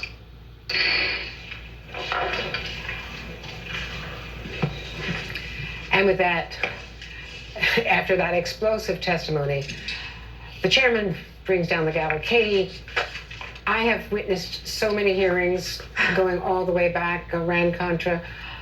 I have never seen anything like this. That was one of the wildest things I've ever seen, Andrea. One of the wildest things that I've ever seen. The December 18th meeting in the Oval Office, let's recap for a moment. You've got Sidney Powell, Rudy Giuliani, Mike Flynn, getting in from a junior staffer for a meeting with the president. As Sidney Powell testified, Pat Cipollone breaking all land speed efforts, maybe 15 minutes later getting in with Eric Hirschman, Derek Lyons, other parts of the legitimate White House staff, and Cipollone saying to, some of these people, I guess it was to Patrick Burke, who are you and what are you doing in here? And then the president saying that they're giving him solutions and you're not. And the cursing, the shouting, Rudy Giuliani sitting alone in the cabinet room and saying he thought that was kind of cool. And then Mark Meadows, being designated to walk him out down the path and make sure he didn't sneak back into the residence. And this was in the Oval Office of the White House with the President of the United States. And him then turning to Sidney Powell after they had pointed out that 60 plus federal judges, many appointed by Donald Trump, had ruled against her and them, and that she was being appointed as special counsel with security clearances in her mind and the president's. Saying to her, you think all of those 60 judges that ruled against you were all corrupt, every single one of them, even the ones that the Donald Trump administration appointed? I mean, what you have there in that Oval Office is and this is the Trump world, the professionals versus I don't even know what you'd call them. The not professionals is the most diplomatic way of putting it. The conspiracy theorists. You have the DOJ lawyers, you have the White House counsel, Pat Cipollone, saying, show us the evidence of the fraud that you're claiming. Give us the evidence for these allegations. This Venezuela's involved and China's involved and Nest thermostats are involved because they're connected to the internet. Show us the evidence. And Cipollone saying it seemed as if they had no regard for evidence at all, that they didn't need anything at all. Just the retelling of that Oval Office meeting from those who were in that meeting, from Sidney Powell to Eric Hirschman to Pat Cipollone, Rudy Giuliani. I mean, remarkable, again, that it happened with the President of the United States in the Oval Office. This is now multiple days after December 14th, which is the day that the states certified their election, the day that every professional in the Trump administration basically said it was over. It's done, it's over, we've exhausted our resources, and yet Donald Trump was still looking for more options. Andrea, again, you've seen a lot. I haven't seen quite as much as you have, but that was incredible. I think you could come to this with no experience at all, and you've got plenty of it, and you've covered Donald Trump, but to see this played out. So let's bring in our panel: Chuck Rosenberg, Frank Figliuzzi, Michael Steele, Joyce Vance, Ben Collins, Clint Watts. For me, perhaps the most dramatic thing was then them connecting Chuck Rosenberg, connecting the craziness of that meeting with after 1 a.m, then the president goes on Twitter and his response is to call them to Washington on the 6th, and it's going to be wild, and then connecting that tweet to the response from the extremist groups. That being played out is just the connection that you have to see. Ask Frank or Joyce. Prosecutors and agents love timelines. And so you see the craziest meeting in the Trump administration on December 18th. You see that remarkable tweet from the president about the gathering in Washington, D.C., which will be wild in his words. And then you see the reaction to the tweet. That's why we love timelines, because when you look at these in isolation, it doesn't tell the same story as when you put it on a chart. Very disturbing. Clinton and Ben, I was sitting next to you guys as we watched this. You were going through the transcript. Give me your reaction. Just let's go back to all the characters that we've seen consistently, going all the way back to the first Mueller investigation, right? Now they're in the White House. Yeah. They've been pardoned, some of them. They're creating another conspiracy, which is just unraveling the country, except this time we're sending a violent insurrection ultimately into the Capitol. And to add on top of it, I think the timeline that Chuck mentions is super important because you see the amplification the very next day. You see the organization the very next day. This is the same kind of behavior that we saw in international terrorism circles a decade ago, where Al-Awlaki says, hey, has anybody thought about an attack like this or doing something like this? Someone does it later. So after that meeting, after Donald Trump is told by the professionals in his White House that there is no evidence, you can't go further, after that he tweets at 1 a.m, it will be wild. And as we're talking about, that was a rally. That was a rallying cry for a number of people out there who thought that it was time to get violent. Ben, you saw it happen in real time. Yeah, Katie, you have to remember this is a closed feedback loop, the entire thing. The way they were getting that fake information that, Hugo Chavez and all these other dead people were rigging the election from Venezuela and the Nest thermostats and all this banana stuff. They didn't invent that in that room. They got that from places like the Donald or places like 4chan. And then what did you see at the end of that specific part of the hearing? You saw those places get riled up enough to say, these are the tunnels underneath the Capitol. This is where we need to block off on the day of the Capitol. This is where we need to meet up. If Donald Trump had said, I concede this is over, Joe Biden won, would those people have still done what they did? I don't know. I just don't know. But I can tell you that they wouldn't have this organizing principle. They wouldn't have this date. They wouldn't have this one Super Bowl that they were pointing towards for weeks. And Frank Figliuzzi, so you're from the FBI, you've been a prosecutor. You see this played out, and you see the response of the extremist groups. As a former FBI guy, what do you say? Yeah, well, I've never prosecuted, but I certainly investigated alongside prosecutors. And here's my take on this. What we just saw was the story of the contrast between legality and lethality. The story of the rule of law versus the rule of Trump. What's the rule of Trump? If you can't get what you want lawfully, then you get it unlawfully. And we saw that in the chronology played out here today. I'm not getting what I want. Apparently, these people who are all about the rule of law don't like what I want, so I'm going to get it some other way. And that's where we saw the switch to social media and the tweet and behind the scenes, the reaction at Twitter as to what is transpiring in reaction to that. And so you can see now where legally, criminally, you are building the case. You are connecting some dots to causality, and Trump should have known what was being caused, because now we know why he did it. Let's go back to the very beginning of the hearing where Liz Cheney said, this is not an impressionable child. I know that he's spoken of that way. Donald Trump is not a child. He's not a toddler. He is a grown man who was told by the other grown men and women around him in professional positions that he lost the election. There was no fraud. He lost. He lost. He lost. He lost. Told over and over again, and told what he could not do, and yet he kept going with it. Michael, what happens after this? I don't know, but I'm trying to find a drink because this stuff this morning was crazy.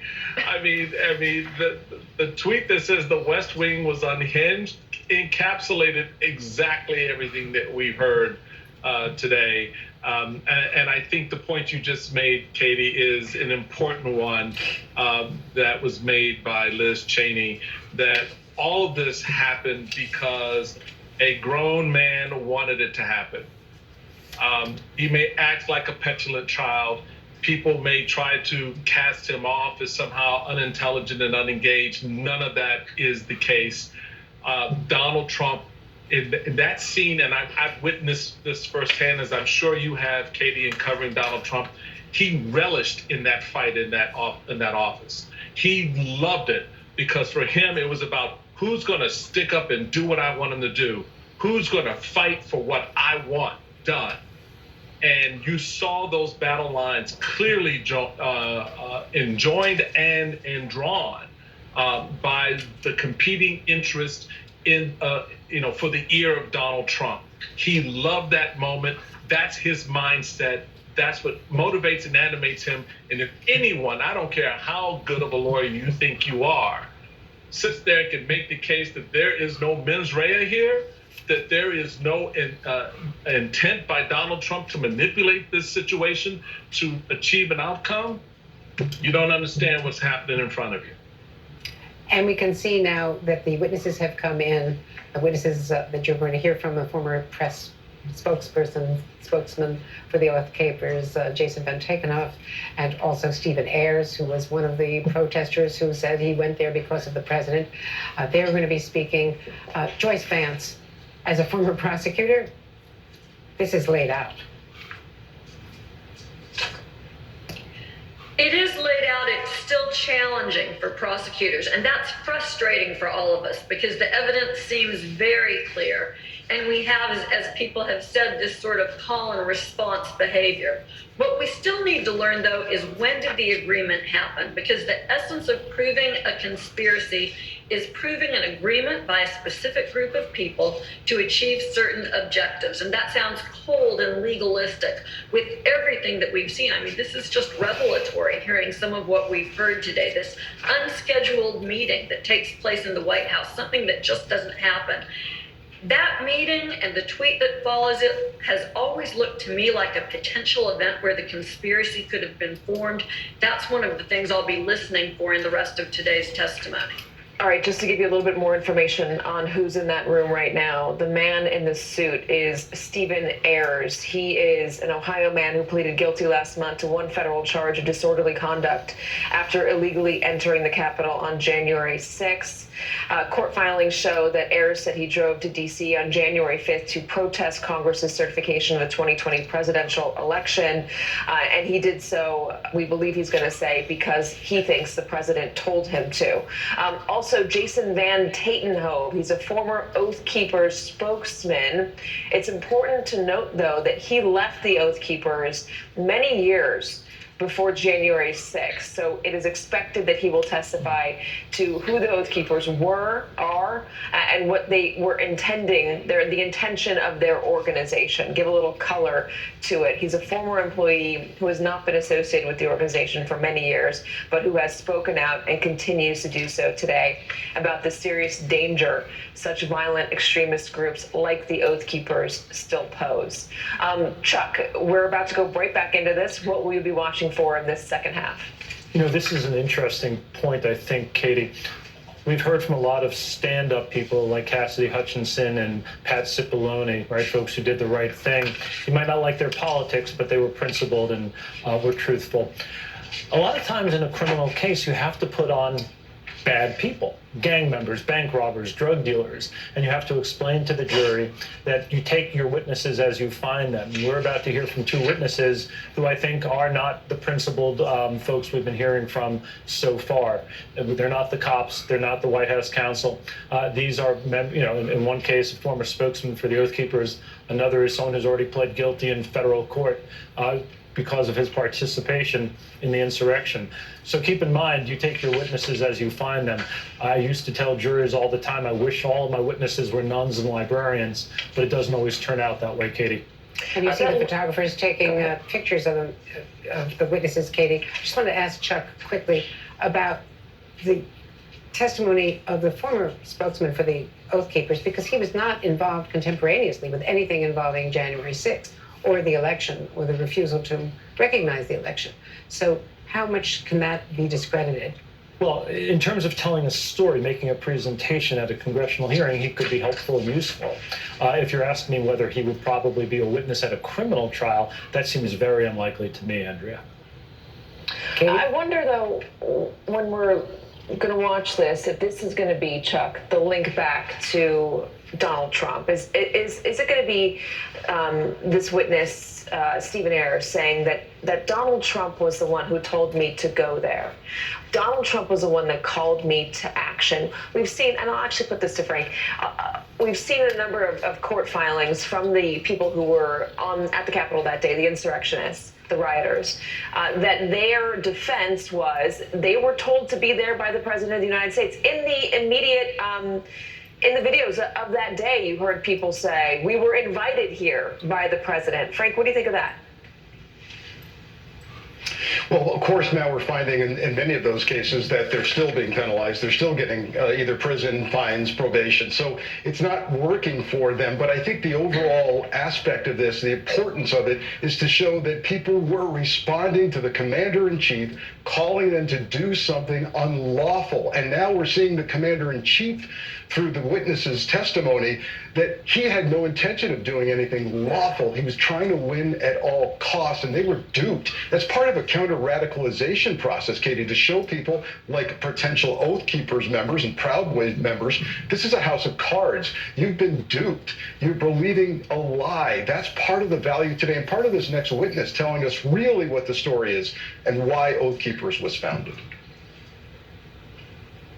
And Chuck Rosenberg, when you look at the overall texture of this, you have to take a step back and realize how profoundly crazy it was for the Oval Office to be the setting in a meeting that goes till midnight with people shouting at each other and cursing and calling each other unprintable, unspeakable names, that this would be happening with the President of the United States. Yeah, I was surprised when I heard it described as the craziest meeting of the Trump administration in the White House. I thought to myself, Andrea, what could that possibly be? Because we've heard about lots of crazy meetings.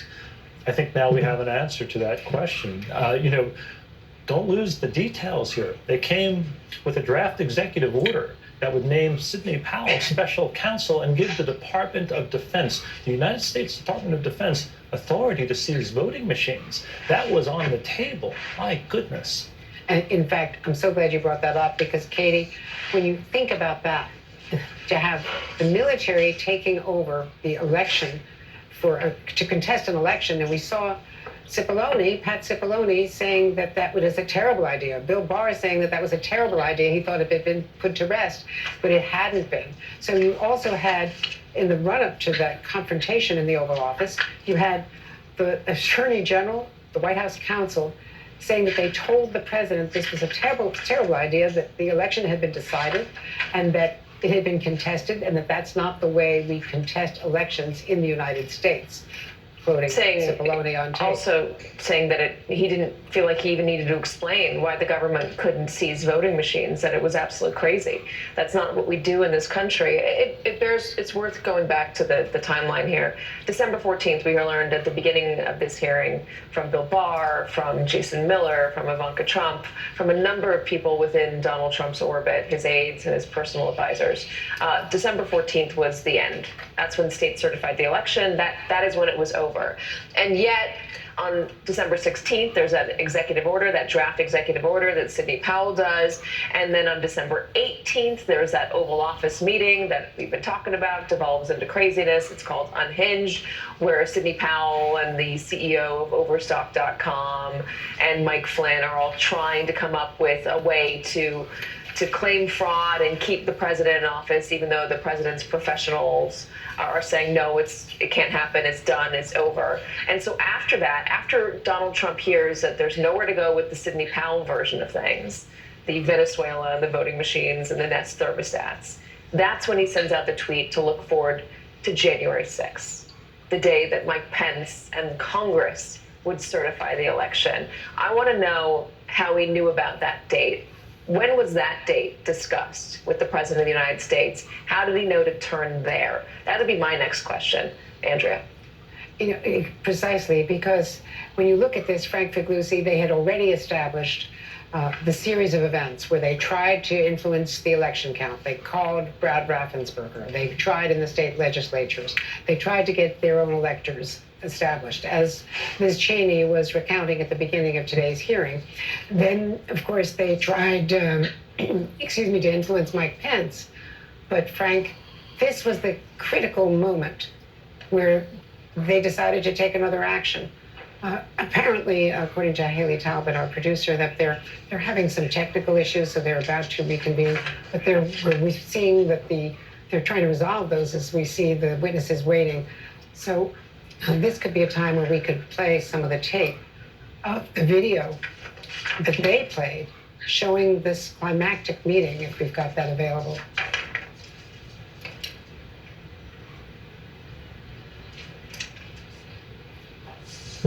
I think that video, Andrea, is not we're trying to get that tape ready.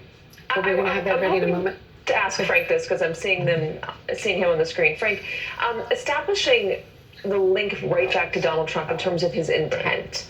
Donald Trump says that go to January 6th, it's going to be wild, we're going to protest. The Oath Keepers and the Proud Boys and others online take it as a call to action, a call to arms. How much farther do you need to go? What else do you need, though, to prove Donald Trump's intent, that he understood what he was doing when he called people to the Capitol? He understood how they would react. So a couple of thoughts here. First, you heard Joyce earlier say that this remains a challenge prosecutively, right? Because you've got direct evidence and you've got hearsay evidence, and the former president's always going to claim plausible deniability. Look, I thought there was fraud. I didn't believe most of the people in the room. I thought I wanted to pursue all available options to me, and I didn't want to give it up. And so, that's just my story. Here's the problem, though. Let's, at the risk of overusing Chuck's bank robbery analogy, let's continue with it. You think the bank owes you money, right? There's some dispute going on about what they owe you. You decide, I'm going to go in and rob the place. And then at your trial, you go, look, I really thought the bank owed me money, and here's why. You still broke the law. You still robbed the bank. Now, maybe at sentencing, the judge or the jury is going to go easier on you because they think, maybe he had some valid concern about being owed money. But you violated federal law and you robbed the bank. That's where I am on this, right? He can claim he had some reasons in his own mind, despite all the experts telling him differently. But he robbed the bank. He tried to rob an election. And that's what he did. And so I think that's a convincing argument. And as Liz Cheney said at the very beginning, he's a 76-year-old man. He's an adult. He's not a child. So they played repeatedly, all of these lawyers, Eric Hirschman and Pat Cipollone and the Attorney General telling him the election is over. It's been decided. And they're still trying to find some other way around an election that had been decided. Chuck Rosenberg? That's right. I think what Frank just said is compelling. Let me just offer what the other side would argue. President Trump is in a room on December 18th with some really, really bad advisors and some really, really bad lawyers, Rudy Giuliani and pals. And he's also there with some really good lawyers like Pat Cipollone. And so a defense attorney would argue, why isn't he, Andrea, entitled to listen to the bad ones? And so you'd have to also show, in addition to the fact that they lost all of these court cases and nobody is adducing evidence, that the president's reliance on his bad lawyers and the president's reliance on his bad advisors was in bad faith. And I think this was the point that Joyce was making earlier, much more eloquently than me. This is a hard thing to do. We see lots of evidence of how vile Trump is, how vindictive he is, how vain he is. I don't know why these are all V words, but bear with me. But you would also have to show that his reliance on bad lawyers and bad advisors was in bad faith. And for a prosecutor to do that, they need a lot of evidence, meaning they have to talk to all of the people in the room. And that's what makes this a difficult journey. I go back to Ari Melber's metaphor, which was the taking the wrong suitcase at the airport and leaving with it unintentionally because it looks like your suitcase. What if you're told it's not your suitcase and there's a label on it that says it's not your suitcase? And if you still take it out, are you still liable? Are you still responsible for stealing? Can you prove the intent was there, even if you thought, despite being told that it wasn't yours, that it was still yours? The committee is coming back in, saving me from this metaphor. Chairman Benny Thompson, Vice Chair Liz Cheney. The chair will gavel down in a moment. Again, they'll be talking to two witnesses who were going to testify. Jason Van Tatenhove, he's the former Oath Keeper spokesman, and witness Stephen Ayers, an Ohio man who pleaded guilty last month to one federal charge of disorderly conduct after illegally entering the Capitol on January 6, 2021. We might hear from him that he went there because he thought Donald Trump told him to. I believe the gavel is going to come down any second now, so let us listen in.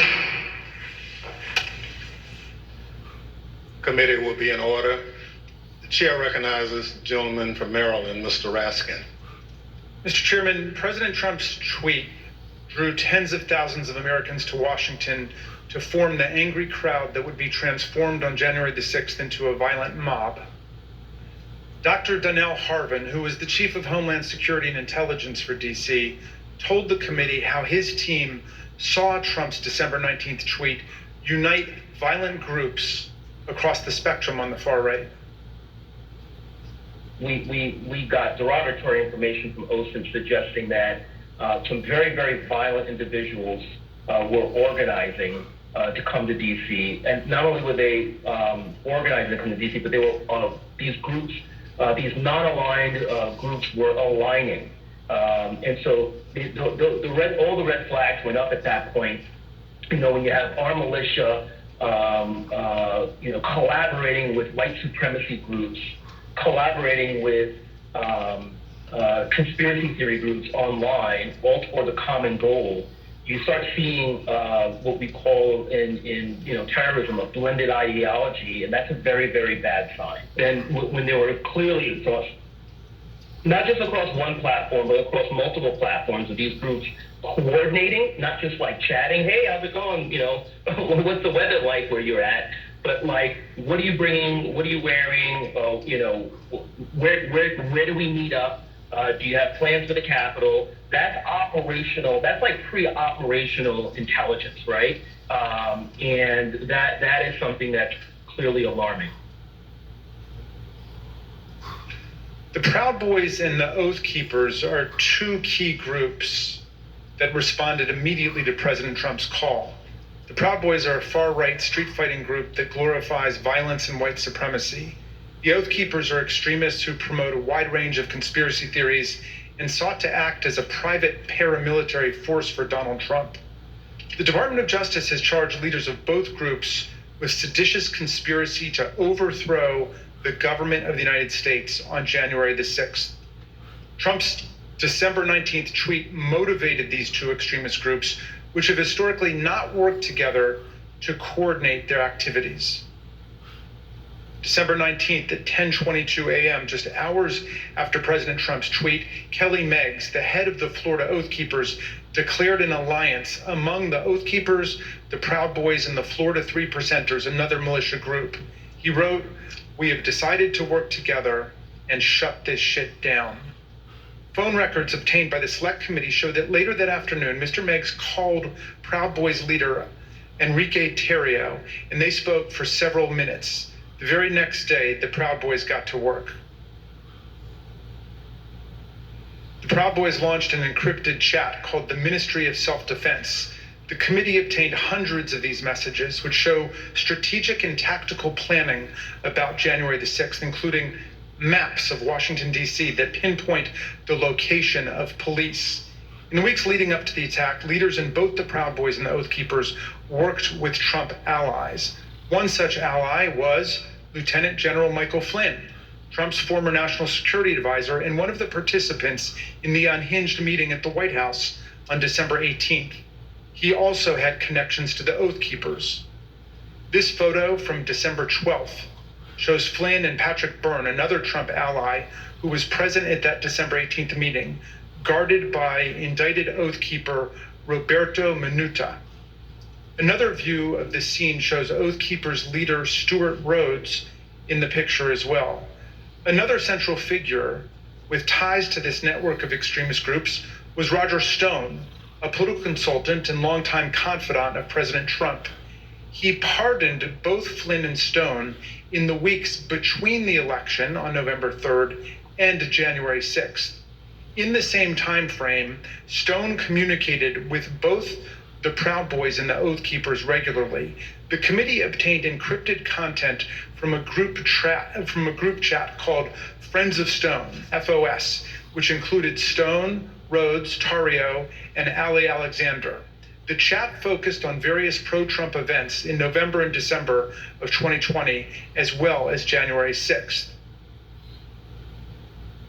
As you can see here, Stuart Rhodes himself urged the Friends of Stone to have people go to their state capitals if they could not make it to Washington for the first Million MAGA March on November 14th.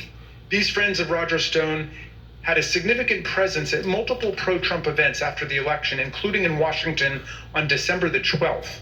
On that day, Stuart Rhodes called for Donald Trump to invoke martial law, promising bloodshed if he did not. He needs to know from you that you are with him, that he does not do it now while he is commander-in-chief. We're going to have to do it ourselves later in a much more desperate, much more bloody war. Let's get it on now while he is still the commander-in-chief. That night, the Proud Boys engaged in violence on the streets of Washington and hurled aggressive insults at the police. You oath breakers! Do your fucking job! Give us 1 hour! 1 hour! Just the previous night, the co-host of InfoWars issued an ominous warning at a rally alongside Roger Stone and Proud Boys leader Enrique Tarrio.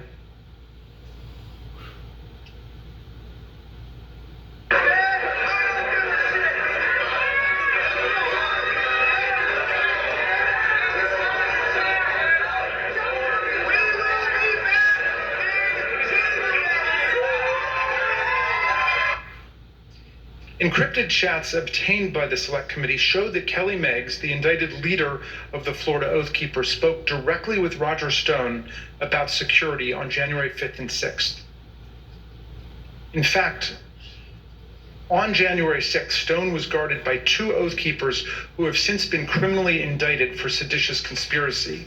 One of them later pleaded guilty, and according to the Department of Justice, admitted that the Oath Keepers were ready to use, quote, lethal force if necessary against anyone who tried to remove President Trump from the White House, including the National Guard. As we've seen, the Proud Boys were also part of the Friends of Stone network. Stone's ties to the Proud Boys go back many years. He's even taken their so-called fraternity creed required for the first level of initiation to the group.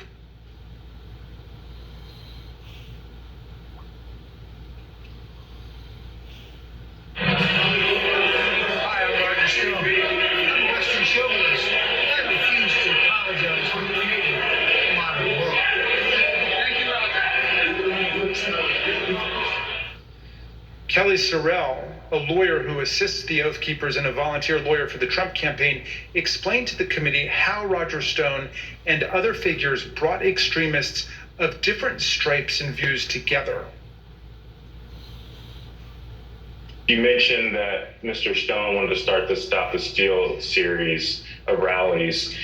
Who did you consider the leader of these rallies? It sounds like, from what you just said, it was Mr. Stone, Mr. Jones, and Mr. Ali Alexander. Is that correct? Those are the ones that became like the center point for everything. We'll learn more from Ms. Murphy about these individuals and their involvement in the days leading up to the violent attack on January 6th. We'll also hear how they were allowed to speak at a rally for President Trump the night before January 6th, even though organizers had expressed serious concerns about their violent and extremist rhetoric directly to Mark Meadows. And you'll hear testimony from White House aides who were with the president as he watched the crowd from the Oval Office and will testify about how excited he was for the following day. Let me note now that our investigation continues on these critical issues. We have only shown a small fraction of what we have found. I look forward to the public release of more of our findings later, Mr. Chairman, and I now yield back. Gentleman yields back. Chair recognizes the gentlewoman from Florida, Ms. Murphy. During our most recent hearing, the committee showed some evidence of what President Trump, Chief of Staff Mark Meadows, and other White House officials knew about the potential for violence on January 6th. And despite this information, they made no effort to cancel the rally, halt the march to the Capitol, or even to lower the temperature among President Trump's supporters. Katrina Pearson, one of the organizers of January 6th rally and a former campaign spokeswoman for President Trump, grew increasingly apprehensive after learning that multiple activists had been proposed as speakers for the January 6th rally. These included some of the people we discussed earlier in this hearing. Roger Stone, a longtime outside advisor to President Trump. Alex Jones, the founder of the conspiracy theory website InfoWars. And Ali Alexander, an activist known for his violent political rhetoric.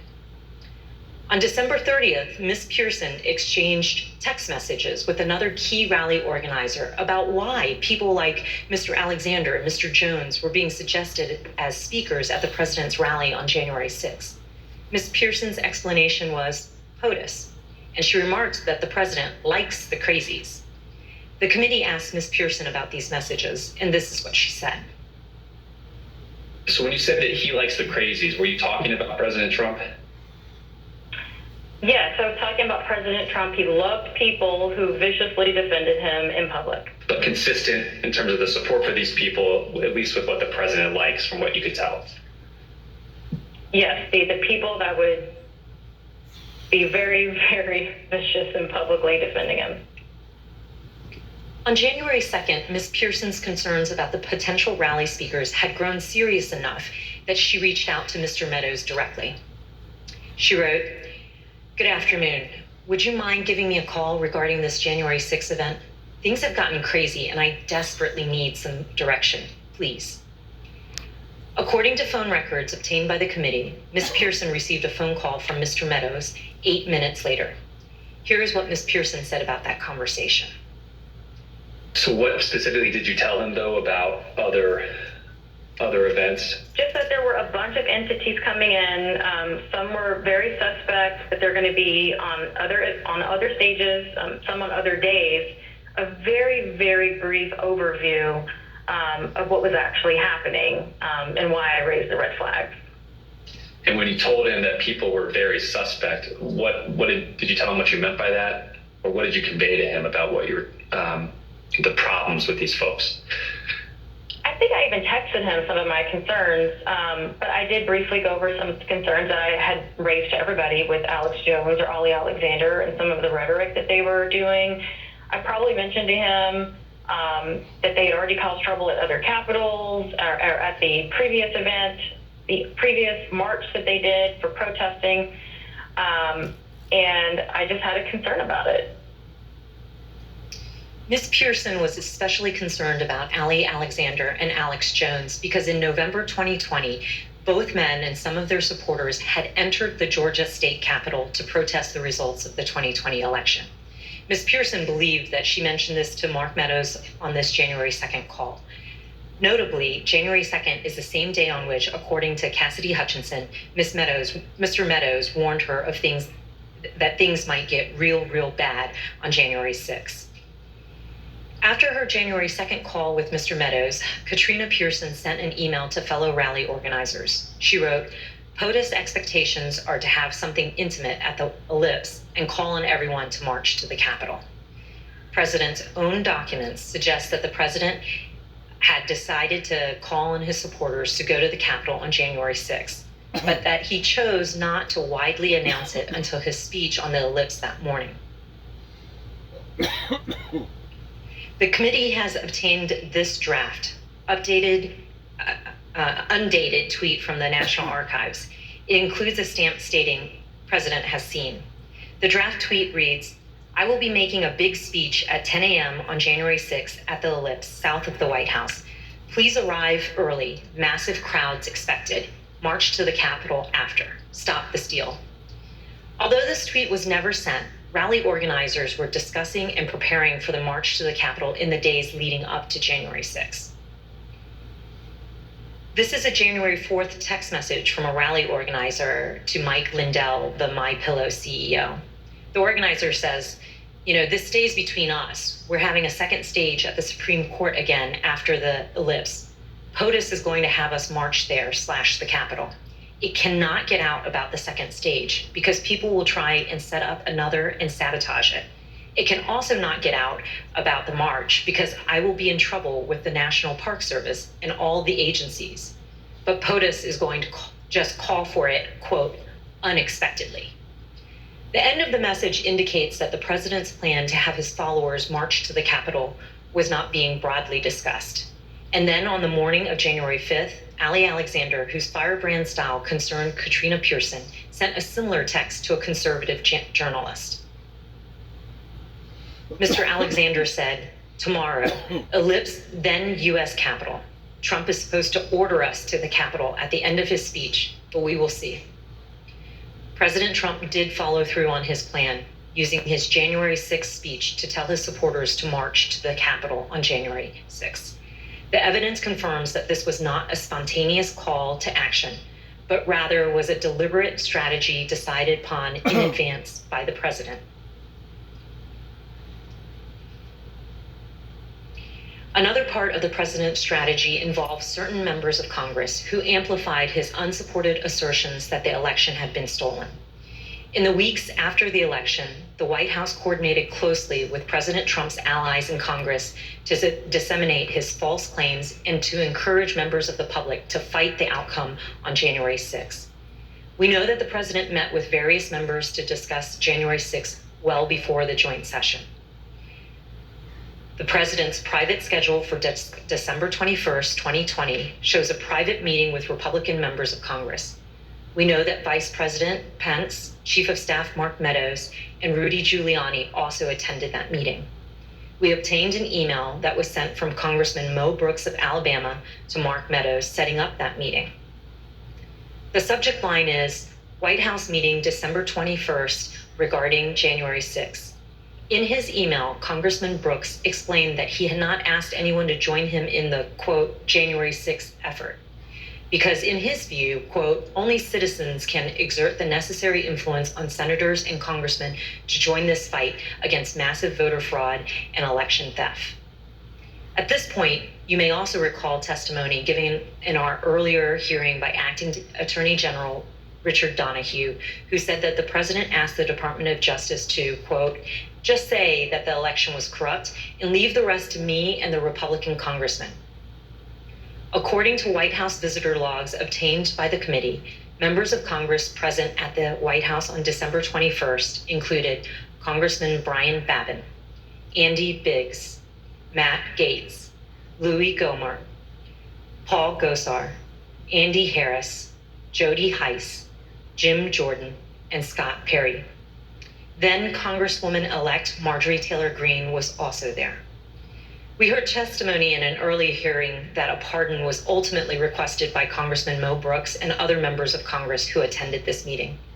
We've asked witnesses what happened during the December 21st meeting, and we've learned that part of the discussion centered on the role of the vice president during the counting of the electoral votes.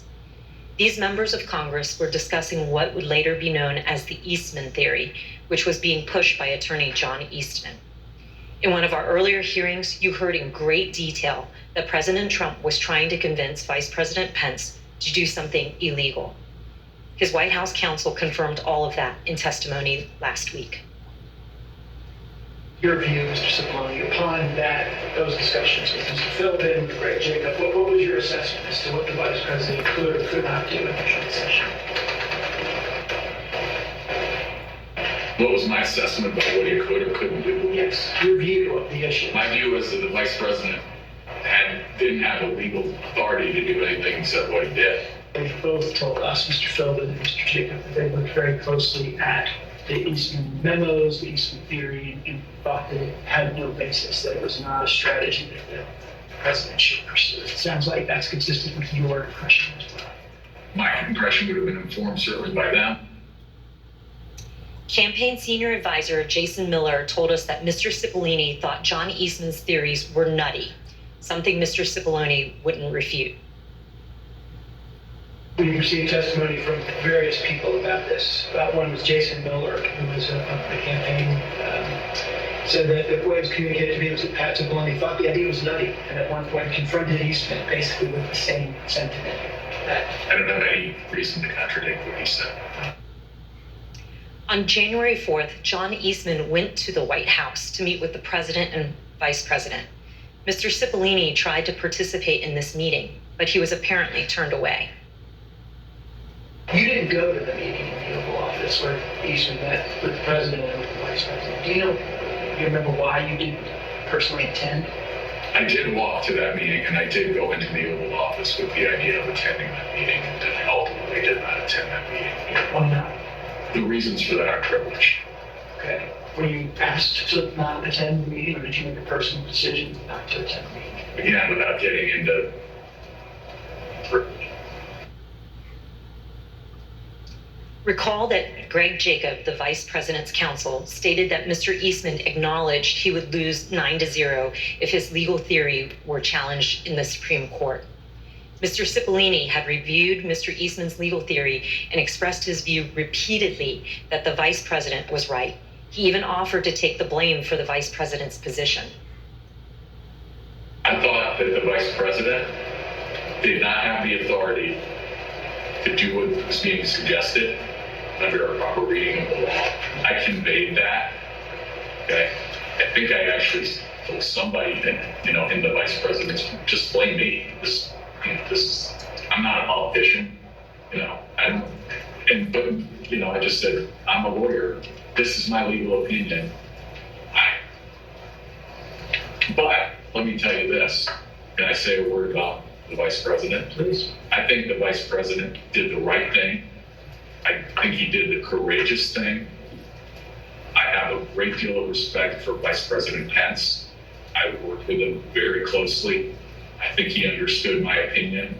I think he understood my opinion afterwards as well. I think he did a great service to this country.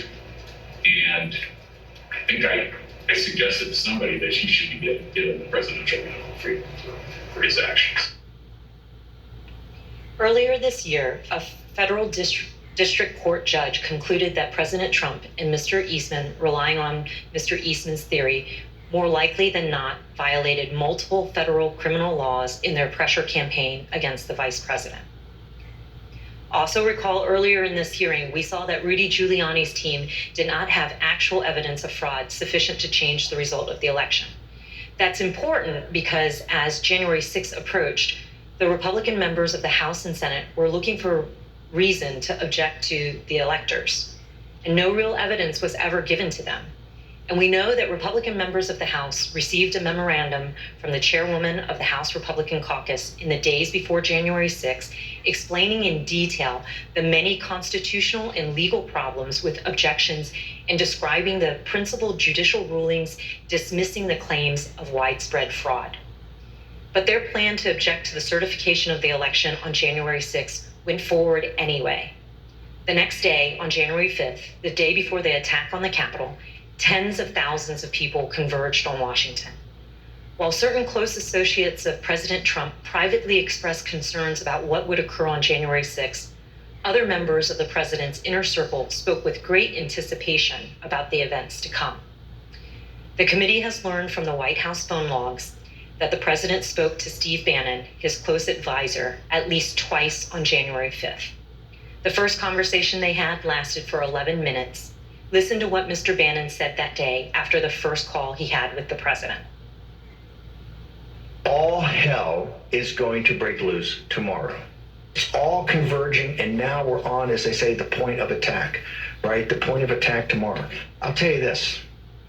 It's not going to happen like you think it's going to happen, okay? It's going to be quite extraordinarily different. And all I can say is strap in. From those same phone logs, we know that the president and Mr. Bannon spoke again on the phone that evening, this time for 6 minutes.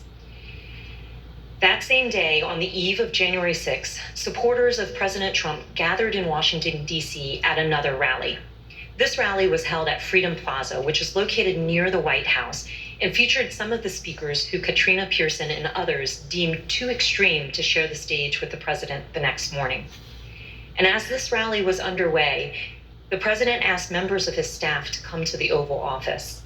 Let's hear from the White House aides who were in the Oval Office that night. I was in the office, in the Oval Office, and he had asked me to open the door so that he could hear. I guess there was a concert or a rap or something going on. Did he say anything other than just open the door? He made a comment. I don't remember specifically what he said, but there was a lot of energy. When we walked in, the staff was kind of standing up and assembled along the wall, and the president was at the desk, and Dan Scavino was on the couch, and the president was dictating a tweet that he wanted Scavino to send out. Then the president started talking about the rally the next day. He had the door of the Oval open to the Rose Garden because you could hear the crowd already assembled outside on the ellipse, and they were playing music, and it was so loud that you could feel it shaking in the Oval.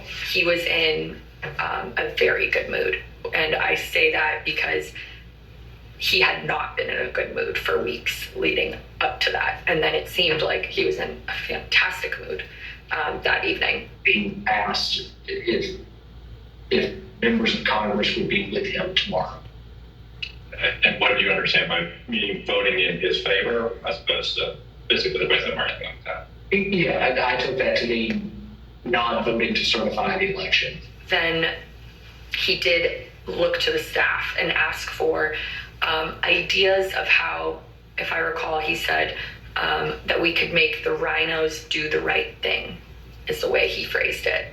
And no one spoke up initially because I think everyone was trying to process what that he meant by that.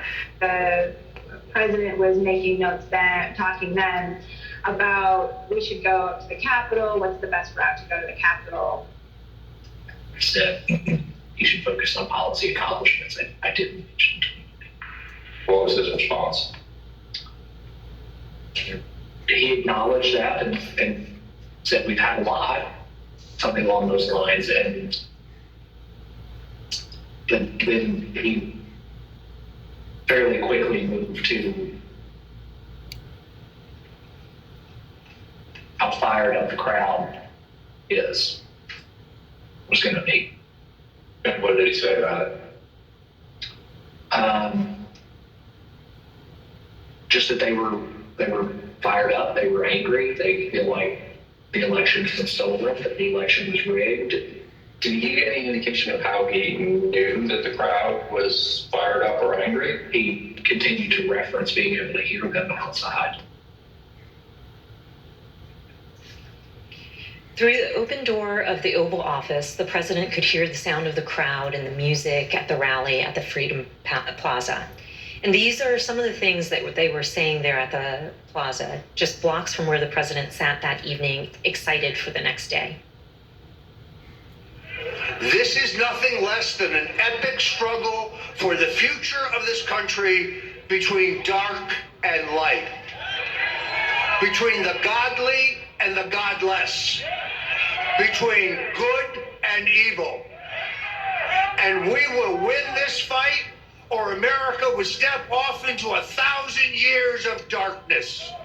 Tomorrow, trust me, the American people that are standing on the soil that we are standing on tonight, and they're going to be standing on this soil tomorrow, this is soil that we have fought for, and we will fight for in the future.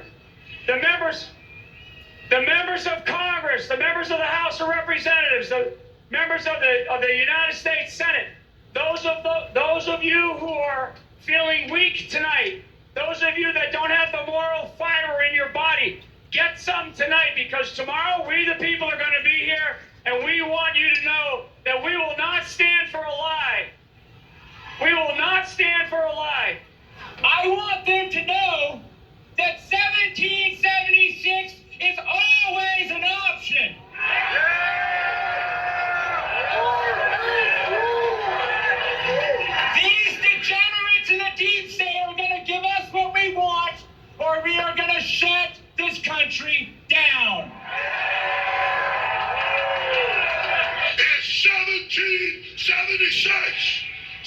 1776! 1776! 1776! At 5:05 p.m., as the Freedom Plaza rally was underway just blocks away, President Trump tweeted, "Washington is being inundated with people who don't want to see an election victory stolen by emboldened radical left Democrats. Our country has had enough. They won't take it anymore." To the crowds gathering in D.C., he added, "We hear you and love you from the Oval Office." The committee has learned that on January 5th, there were serious concerns at Twitter about the anticipated violence the next day. Listen to what the Twitter witness told us about their desperate efforts to get Twitter to do something. What was your gut feeling on the night of January 5th? I believe I sent a Slack message to someone that said something along the lines of, "When people are shooting each other tomorrow, I will try and rest in the knowledge that we tried." And so I went to, I don't know that I slept that night, to be honest with you. I was on pins and needles because, again, for months I had been begging and anticipating and attempting to raise the reality that if we made no intervention into what I saw occurring, people were going to die. And on January 5th, I realized no intervention was coming. And even as hard as I had tried to create one or implement one, there was nothing, and we were at the whims and the mercy of a violent crowd that was locked and loaded. And just for the record, this was content that was echoing statements by the former president, but also Proud Boys and other known violent extremist groups? Yeah. There were also concerns among members of Congress. We have a recently released recording of a conversation that took place among Republican members in the U.S. Capitol on the eve of January 6th. This is Republican Congresswoman Debbie Lesko from Arizona, who led some of the unfounded objections to the election results. I also asked leadership to come up with a safety plan for members. I'm actually very concerned about this because we have who knows how many hundreds of thousands of people coming here. We have Antifa. We also have, quite honestly, Trump supporters who actually believe that we are going to overturn the election. And when that doesn't happen, most likely will not happen, they are going to go nuts. That same evening, as President Trump listened to the rally from the Oval Office, he was also working on his speech to be delivered the next day. And based on documents we've received from the National Archives, including multiple drafts of the president's speech, as well as from witness testimony, we understand how that speech devolved into a call to action and a call to fight. One of the first edits President Trump made to his speech was to incorporate his 5:05 p.m. tweet, revising his speech to say, "All of us are here today, do not want to see our election victory stolen by emboldened radical left Democrats. Our country has had enough. We will not take it anymore." He also added, "Together, we will stop the steal." President Trump's edits continued into the morning of January 6th. And as you can see from the president's daily diary here, the president spoke to his chief speechwriter, Stephen Miller, for over 25 minutes that morning. Following his call with Mr. Miller, President Trump inserted for the first time a line in his speech that said, quote, "And we will see whether Mike Pence enters history as a truly great and courageous leader. All he has to do is refer the illegally submitted electoral votes back to the states that were given false and fraudulent information where they want to recertify." No prior version of this speech had referenced Vice President Pence or his role during the joint session on January 6th. These last-minute edits by President Trump to his speech were part of the president's pressure campaign against his own vice president. But not everyone wanted these lines regarding the vice president included in the president's speech, including White House lawyer Eric Hirschman. Did you ever speak to anybody in the White House at the time about this disagreement between the president and the vice president, other than the president, based on the objection from the counsel?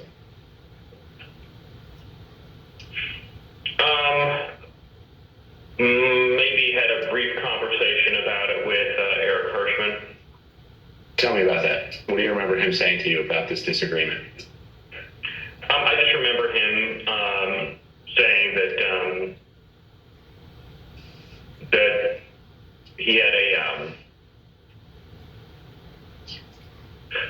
I don't know, get this wrong, sort of something to the effect of thinking that it would be counterproductive, I think he thought, to discuss the matter publicly. So it came up in the context of editing the president's speech on January the 6th. I just came from the conversation where Eric knew it was in the speech, and so he had a sidebar with me about it. And so the speechwriters took that advice and removed the lines about Vice President Pence. Later that morning at 11:20 a.m., President Trump had a phone call with the vice president. And as the committee detailed in an earlier hearing, that phone call was, by all accounts, tense and heated. During this call, the vice president told the president that he would not attempt to change the outcome of the election. In response, the president called the vice president of the United States a wimp and other derogatory words. As you can see in this email, after Vice President Pence told President Trump that he would not unilaterally deliver him a second term in office, the speechwriters were directed to reinsert the Mike Pence lines. Here's how one of the speechwriters described President Trump's last-minute change to the speech. And as I recall, there was a very tough sentence about the vice president that was added. President Trump wanted to use his speech to attack Vice President Pence in front of a crowd of thousands of angry supporters who had been led to believe the election was stolen. When President Trump arrived at the ellipse to deliver his speech, he was still worked up from his call with Vice President Pence. And although Ivanka Trump would not say so, her chief of staff gave the committee some insight into the president's frustration. It's been reported that you ultimately decided to attend the rally because you hoped that you would calm the president and keep the event on an even keel. Is that accurate? No, I don't know who said that or where that came from. What did she share with you about why it was concerning that her father was upset or agitated after that call with Vice President Pence in relation to the Ellipse rally? Why did that matter? Why did he have to be calmed down, I should say? Well, she shared that he had called the vice president a not an expletive word. I think that bothered her, and I think she could tell based on the conversations and what was going on in the office that he was angry and upset, and people were providing misinformation. And she felt like she might be able to help calm this situation down, at least before he went on to stage. The president did go on stage, and then he gave the speech that he wanted to give. It included the formal changes he had requested the night before and in that morning, but also many important last-minute ad-lib changes. A single scripted reference in the speech to Mike Pence became 8. A single scripted reference to rally-goers marching to the Capitol became 4, with President Trump ad-libbing that he would be joining the protesters at the Capitol. Added throughout his speech were references to fighting and the need for people to have courage and to be strong. The word peacefully was in the staff-written script and used only once.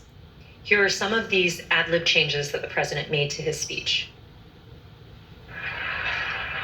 Because you'll never take back our country with weakness. You have to show strength and you have to be strong.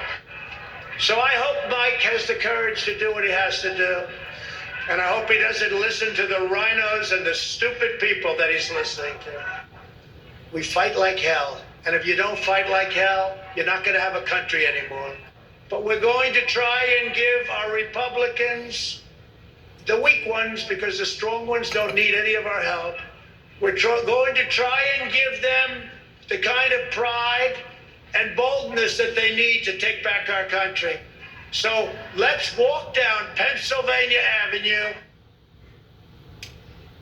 White House counsel Pat Cipollone and his deputy did not attend the speech, and they were concerned that the statements in the speech about the election were false. In fact, the message that President Trump delivered that day was built on a foundation of lies. He lied to his supporters that the election was stolen. He stoked their anger. He called for them to fight for him. He directed them to the U.S. Capitol. He told them he would join them, and his supporters believed him, and many headed towards the Capitol. As a result, people died. People were injured. Many of his supporters' lives will never be the same. President Trump's former campaign manager, Brad Parscale, recognized the impact of the speech immediately. And this is what he said on January 6th in excerpts from text messages to Katrina Pearson. Mr. Parscale said, quote, "This is about Trump pushing for uncertainty in our country, a sitting president asking for civil war." And then when he said, "This week I feel guilty for helping him win," Katrina Pearson responded, "You did what you felt right at the time, and therefore it was right." Mr. Parscale added, "Yeah, but a woman is dead. And yeah, if I was Trump and I knew my rhetoric killed someone." When Ms. Pearson replied, "It wasn't the rhetoric," Mr. Parscale said, "Katrina, yes, it was." Thank you, Mr. Chairman. I yield back. Gentlelady yields back. We're joined today by Mr. Jason Van Tavenhold and Mr. Stephen Ayers. Mr. Tavenhold is an artist and journalist. He's a former spokesman of the Oath Keepers and a former close associate of Elmer Stewart Rhodes, the founder and president of the Oath Keepers, who has been charged with seditious conspiracy in relation to the Capitol attack. Mr. Van Tatenhove broke with the Oath Keepers and has since spoken out forcefully against the violent group. Mr. Ayers is a former supporter of President Trump. He answered the president's call to come to Washington, D.C. on January 6th. He marched to the Capitol on the president's orders. He pleaded guilty last month to disorderly and disruptive conduct at the Capitol. Mr. Ayers, who no longer supports President Trump, came forward voluntarily to share his story as a warning.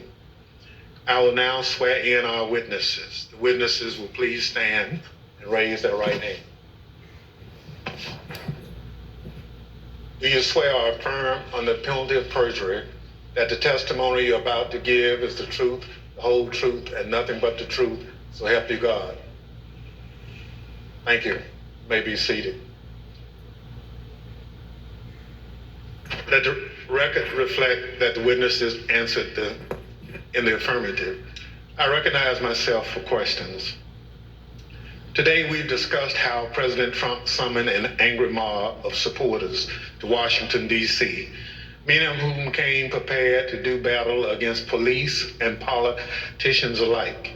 We're fortunate enough to be joined by two witnesses who can help us understand who was in the mob that day. Both hardcore violent extremists like the Oath Keepers and Proud Boys and average Trump supporters swept up in the fervor of the day. Mr. Van Tatenhove, can you help us understand who the Oath Keepers are? I can, thank you. My time with the Oath Keepers began back at Bundy Ranch, with that first standoff, when I went to cover them as an independent journalist. I then subsequently covered two more standoffs, the Sugar Pine Mine standoff and the White Hope Mine standoff. It was at that time that I was offered a job as national media director and an associate editor for the webpage. So I spent a few years with the Oath Keepers, and I can tell you that they may not like to call themselves a militia, but they are. They're a violent militia, and they are largely Stewart Rhodes. They, and I think rather than try to use words, I think the best illustration for what the Oath Keepers are happened January 6th, when we saw that stacked military formation going up the stairs of our Capitol. I saw radicalization that started with my beginning of my time with them and continued over a period of time as the member base and who it was that Stuart Rhodes was courting drifted further and further right into the alt-right world, into white nationalists, and even straight up racists. And it came to a point where I could no longer continue to work for them. But the Oath Keepers are a dangerous militia that is in large part fed by the ego and drive of Stuart Rhodes, who at times seemed to see himself as this paramilitary leader. I think that drove a lot of it. So, in my opinion, the Oath Keepers are a very dangerous organization. Well, thank you very much. You talked a little bit about that danger. So, what is the Oath Keepers' vision for America, and why should Americans be concerned about it? I think we saw a glimpse of what the vision of the Oath Keepers is on January 6th. It doesn't necessarily include the rule of law. It doesn't necessarily include, it includes violence. It includes trying to get their way through lies, through deceit, through intimidation, and through the perpetration of violence. The swaying of people who may not know better through lies and rhetoric and propaganda that can get swept up in these moments. And I'll admit I was swept up at one point as well too. But I don't know if that answers the question. Well, it does. And you talk about being swept up. So at what point did you break with the Oath Keepers? There came a point, there were many red flags, and I probably should have broke with them much earlier than I did. But the straw that broke the camel's back really came when I walked into a grocery store.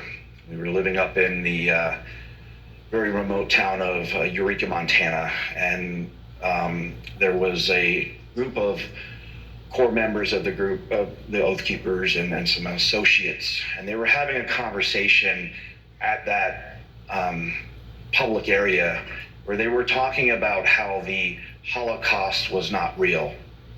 And that was, for me, something I just could not abide. And, you know, we were not wealthy people at all. We were barely surviving, and it didn't matter. I went home to my wife, my kids, and I told them that I've got to walk away at this point. I don't know how we're going to survive or where we're going to go or what we're going to do, but I just can no longer continue, and put in my resignation. Thank you very much. Mr. Ayers, there were many people in the crowd that day, January 6th, including you, who were not part of an extremist group. I'd like to start by having you tell the American people a little bit about yourself. Can you tell us about your life before January 6th? Yeah, basically nothing but a family man and a working man. Worked at the company, a cabinet company up in Northeast Ohio for going on 20 years. You know, family's my life. I was a supervisor there, so that took up a lot of my a lot of my free time. Other than that, with my family, camping, playing basketball, playing games with my son. Just what any ordinary American citizen, family man would do. Yep, exactly. So this committee has reviewed thousands of hours of surveillance footage from January 6th.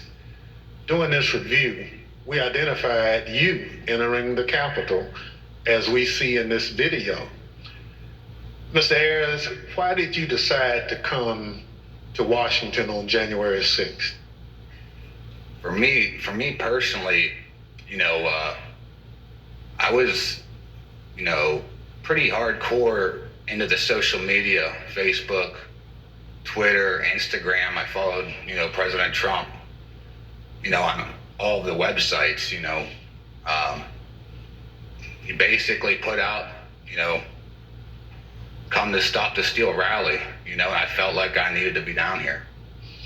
So you basically learned about the rally on social media and at some point made a decision to come to Washington. Yeah. I had some friends I found out were coming down. I just hopped on with them right at the tail end when I found out and came down here with them. Thank you very much. The chair recognizes the vice chair, Ms. Cheney of Wyoming, for any questions she may have. Thank you very much, Mr. Chairman. Mr. Ayers, when you entered the Capitol last year, did you believe that the election had been stolen? At that time, yeah. Everything that I was seeing online, I definitely believed that that's exactly what that was the case. And when you heard from President Trump that the election was stolen, how did that make you feel? Oh, I was very upset. As were most of his supporters. That's basically what got me to come down here. And do you still believe the election was stolen? Not so much now. I got away from all the social media when January 6th happened. Basically deleted it all. I started doing my own research and everything. And for me, for something like that to be that, for that to actually take place, it's too big.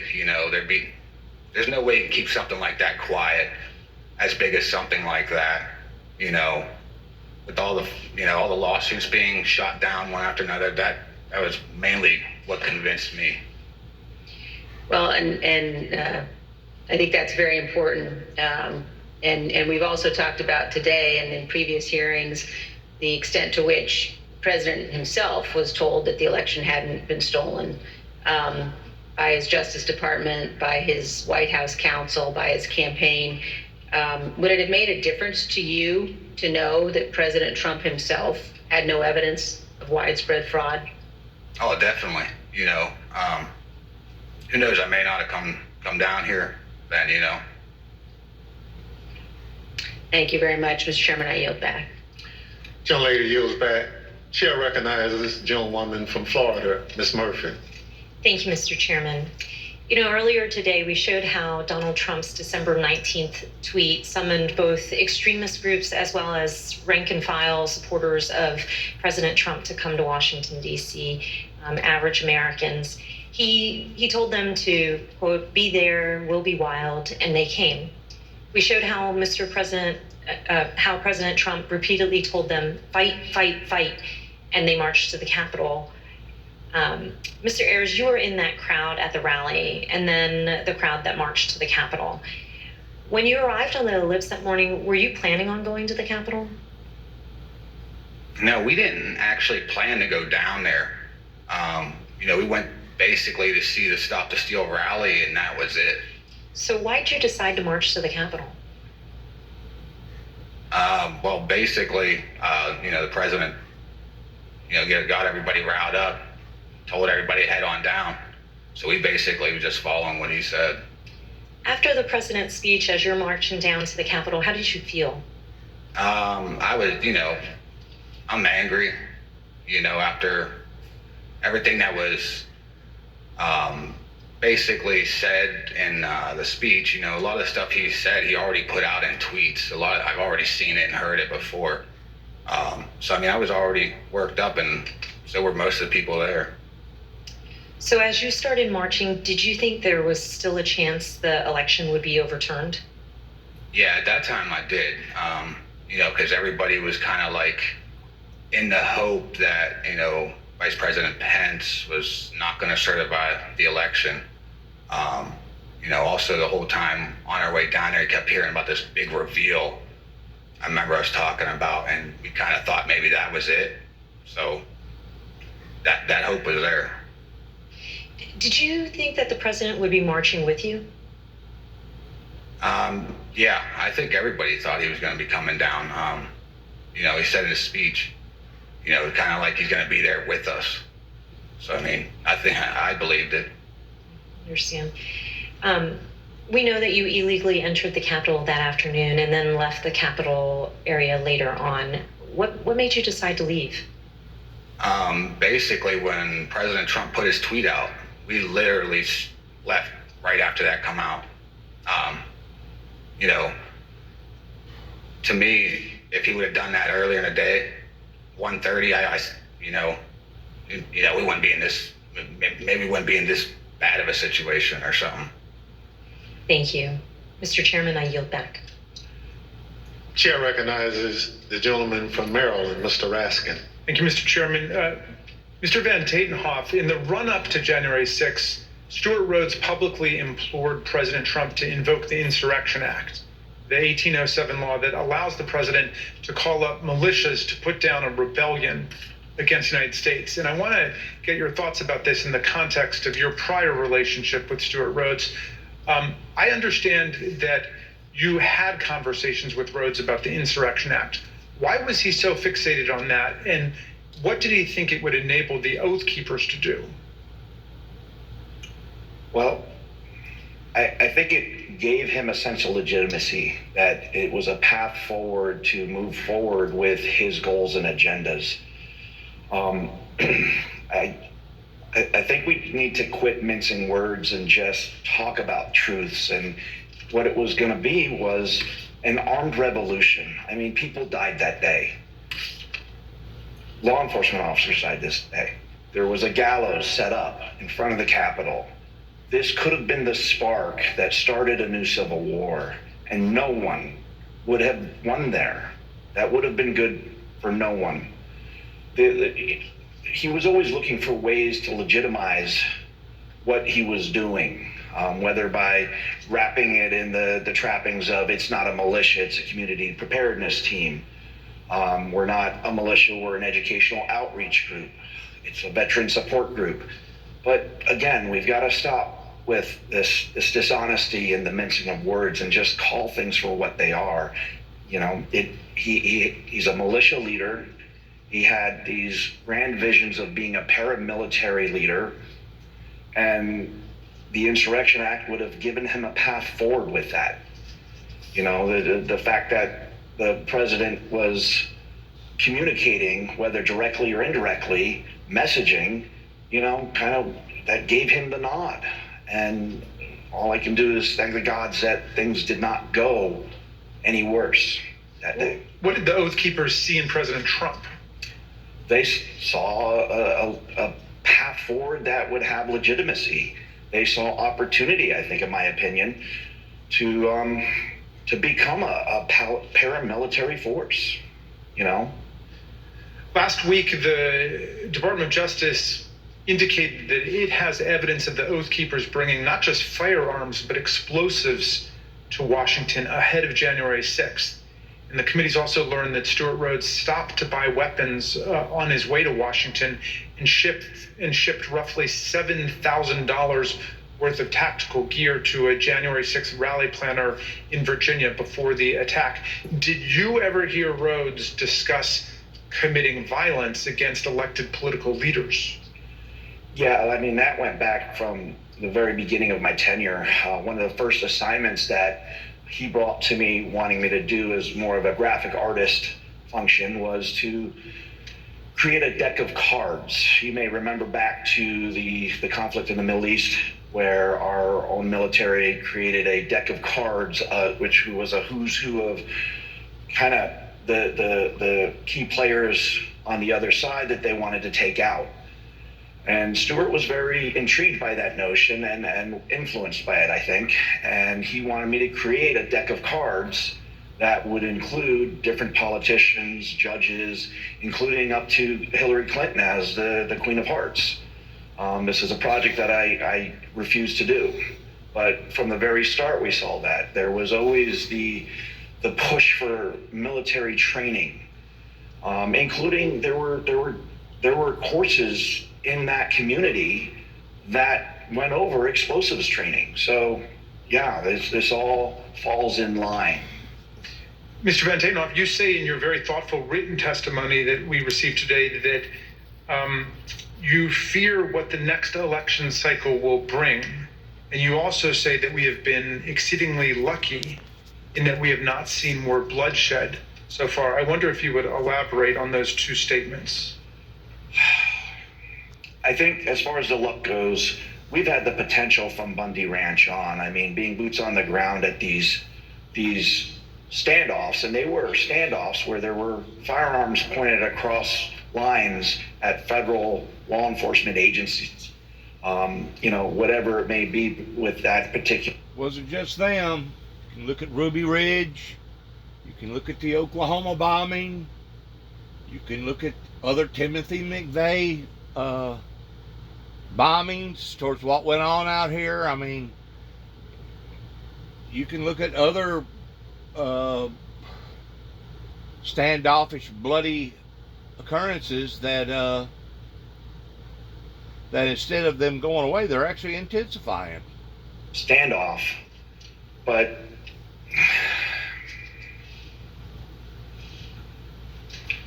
I think we've gotten exceedingly lucky that more bloodshed did not happen because the potential has been there from the start. And we got very lucky that the loss of life was, and as tragic as it is, that we saw on January 6th, the potential was so much more. Again, all we have to look at is the iconic images of that day with the gallows set up for Mike Pence, for the Vice President of the United States. And I do fear for this next election cycle because who knows what that might bring. If a president that's willing to try to instill and encourage to whip up a civil war amongst his followers using lies and deceit and snake oil, and regardless of the human impact, what else is he going to do if he gets elected again? All bets are off at that point. And that's a scary notion. I have 3 daughters. I have a granddaughter. And I fear for the world that they will inherit if we do not start holding these people to account. Thank you for your testimony, Mr. Van Tatenhoff. Mr. Ayers, I first want to ask you about what finally caused you to leave on January the 6th. We know that the medieval style combat with our police, the occupation of the building, this was going on for several hours until the president issued at 4:17 a tweet, I believe, that included a video telling people to go home. Did you see that, and did that have any effect on what you were doing? Well, when we were there, as soon as that come out, everybody started talking about it, and it seemed like it started to disperse, some of the crowd. Obviously, once we got back to the hotel room, we seen that it was still going on, but it definitely dispersed a lot of the crowd. And then did you leave at that point? Yeah, we did. Yeah, we left. So, in other words, that was the key moment when you decided to leave, when President Trump told people to go home. Yep. We left right when that come out. You were not a member of an organized group like the Oath Keepers or the Proud Boys, as most of the crowd wasn't. I wonder, on January 6th, was it your view that these far-right groups like the Oath Keepers and Proud Boys and 3%ers and others were on your side? Did you have any reservations about marching with them and rallying with them? Well, I definitely didn't have a problem. I was probably following them online myself. I thought, hey, they're on our team, good. That's how I kind of looked at it at the time. I didn't have a problem with it. I thought it was a good thing. I'm interested in hearing about what's happened to you since the events of January 6th. You told the vice chair that you no longer believe Trump's big lie about the election, but that's what brought you originally to Washington. Looking back on it now, how do you reflect on the role that you played in the crowd that day, and what is going on in your life? Basically, you know, I lost my job. Since this all happened, you know, pretty much sold my house. So everything that happened with the charges, you know, thank God, a lot of them did get dismissed because I was just holding my phone, but at the same time I was there. So I mean, it definitely, it changed my life, you know, not for the good, definitely not for the, you know, for the better. Yeah, I mean, well, I could say. President Trump is still promoting the big lie about the election. How does it make you feel? It makes me mad because I was hanging on every word he was saying. Everything he was putting out, I was following it. I mean, if I was doing it, hundreds of thousands or millions of other people are doing it, or maybe even still doing it. It's like he just said about that. You know, you got people still following and doing that. Who knows what the next election could come out? You know, could end up being down the same path we are right now. I mean, just don't know. Mr. Ayers, I see that your wife has joined you today, and welcome to Washington. We know this has been very difficult on you both and your family.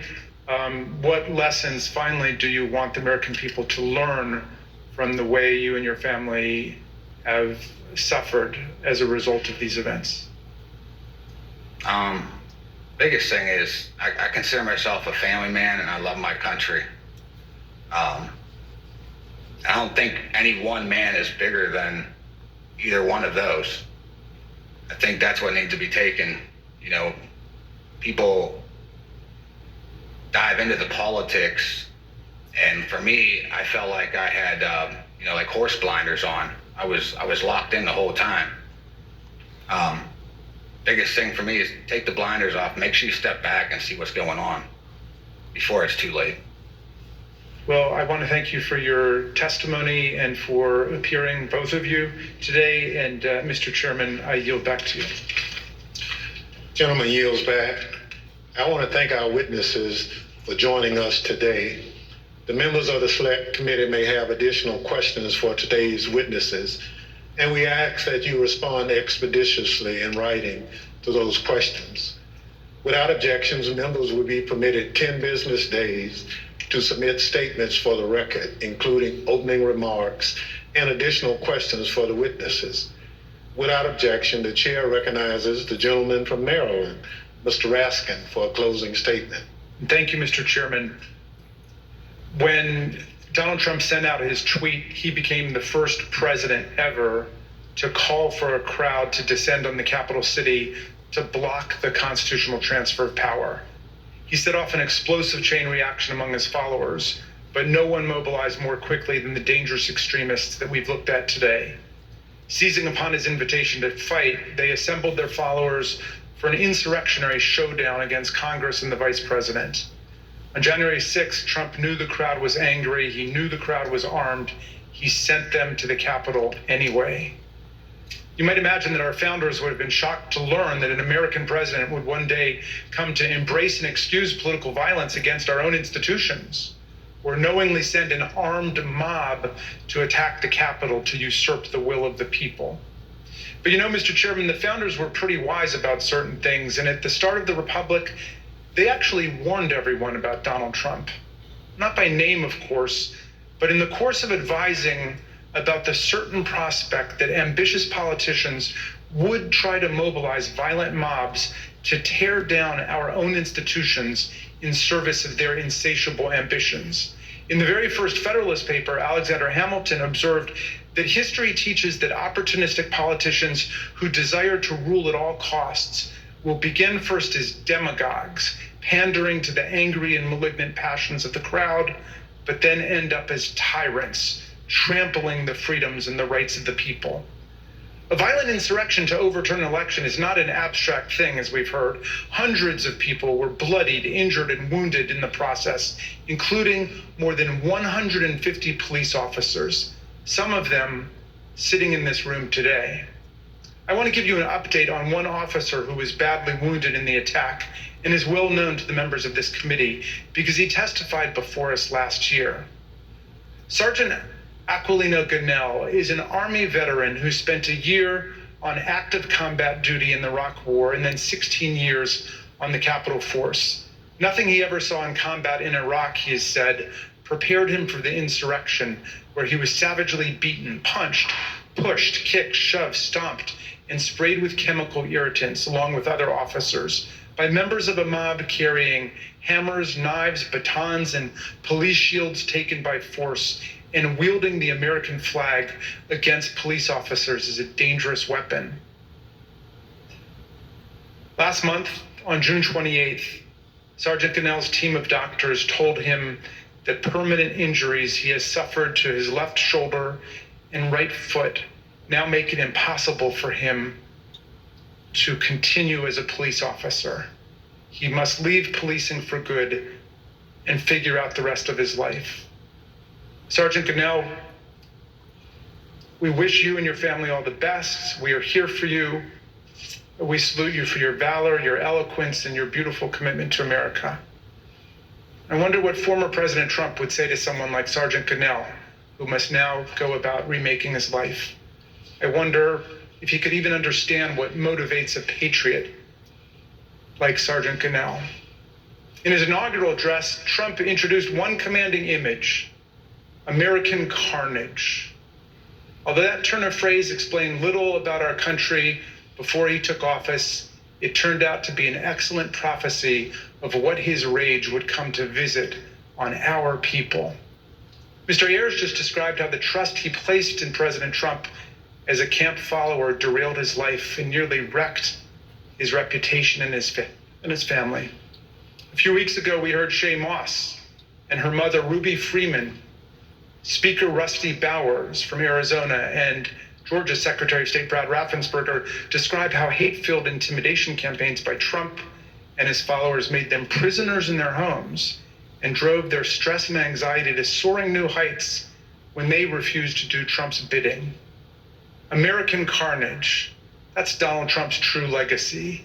His desire to overthrow the people's election and seize the presidency interrupted the counting of electoral college votes for the first time in American history, nearly toppled the constitutional order, and brutalized hundreds and hundreds of people. The Watergate break-in was like a Cub Scout meeting compared to this assault on our people and our institutions. Mr. Chairman, these hearings have been significant for us and for millions of Americans, and our hearing next week will be a profound moment of reckoning for America. But the crucial thing is the next step. What this committee, what all of us will do to fortify our democracy against coups, political violence, and campaigns to steal elections away from the people. Unlike Mr. Ayers and Mr. Van Tatenhove, people who have recovered and evolved from their descent into the hell of fanaticism, Donald Trump has only expanded his big lie to cover January 6th itself. He asserts the insurrection was the real election, and the election was the real insurrection. He says his mob greeted our police officers on January 6th with hugs and kisses. He threatens to take one of America's two major political parties with him down the road to authoritarianism, and it is Abraham Lincoln's party, no less. The political scientists tell us that authoritarian parties have two essential features in common in history and around the world. They do not accept the results of democratic elections when they lose, and they embrace political violence as legitimate. And the problem of incitement to political violence has only grown more serious in the internet age, as we have just heard. But this is not the problem of one party, it is the problem of the whole country now. American democracy, Mr. Chairman, is a precious inheritance, something rare in the history of the world and even on earth today. Constitutional democracy is the silver frame, as Lincoln put it, upon which the golden apple of freedom rests. We need to defend both our democracy and our freedom with everything we have and declare that this American carnage ends here and now. In a world of resurgent authoritarianism and racism and anti-Semitism, let's all hang tough for American democracy. Thank you, Mr. Chairman. I yield back. Gentleman yields back. Without objection, the chair recognizes the gentlewoman from Florida, Ms. Murphy, for a closing statement. Thank you, Mr. Chairman. At one of our first hearings, Chairman Thompson explained that the members of this committee would not spend much time talking about ourselves. Rather, we would let the evidence play the leading role.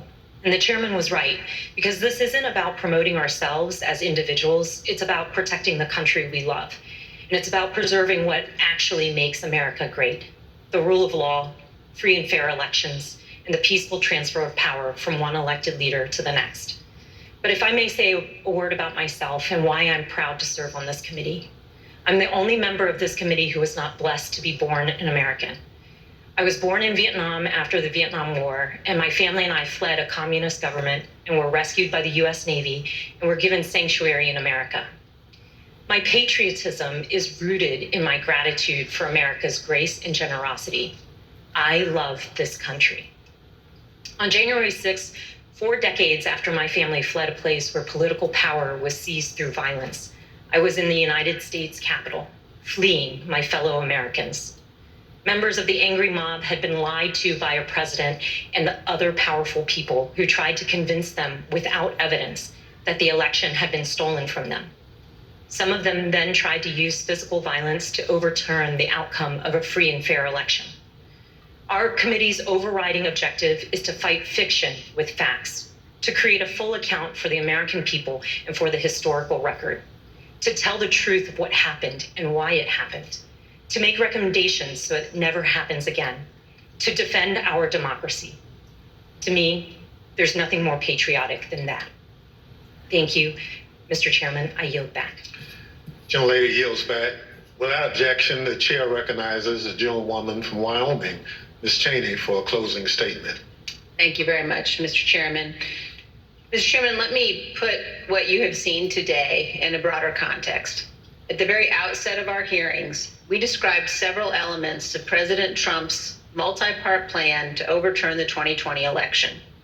Our hearings have now covered all but one of those elements: an organized campaign to persuade millions of Americans of a falsehood that the 2020 election was stolen by widespread fraud, a corrupt effort to pressure Vice President Pence to refuse to count electoral votes, an effort to corrupt the U.S. Department of Justice, efforts to pressure state election officials and legislators to change state election results, a scheme to create and submit fake electoral slates from multiple states.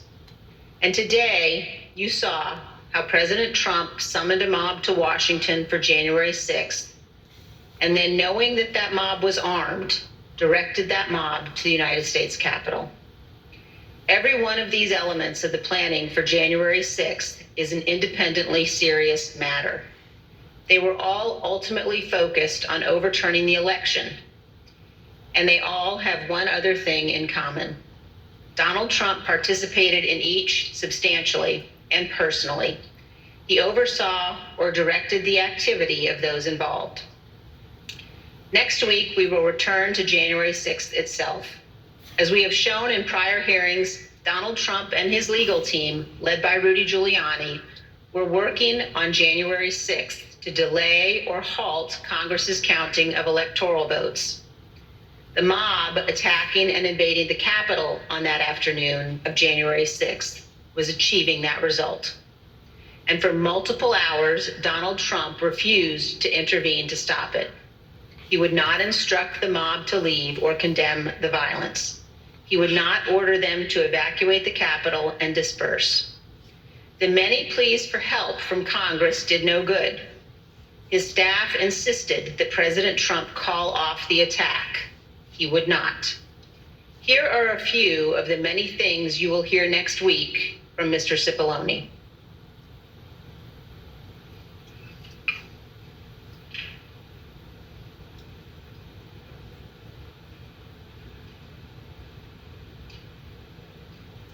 Is that right?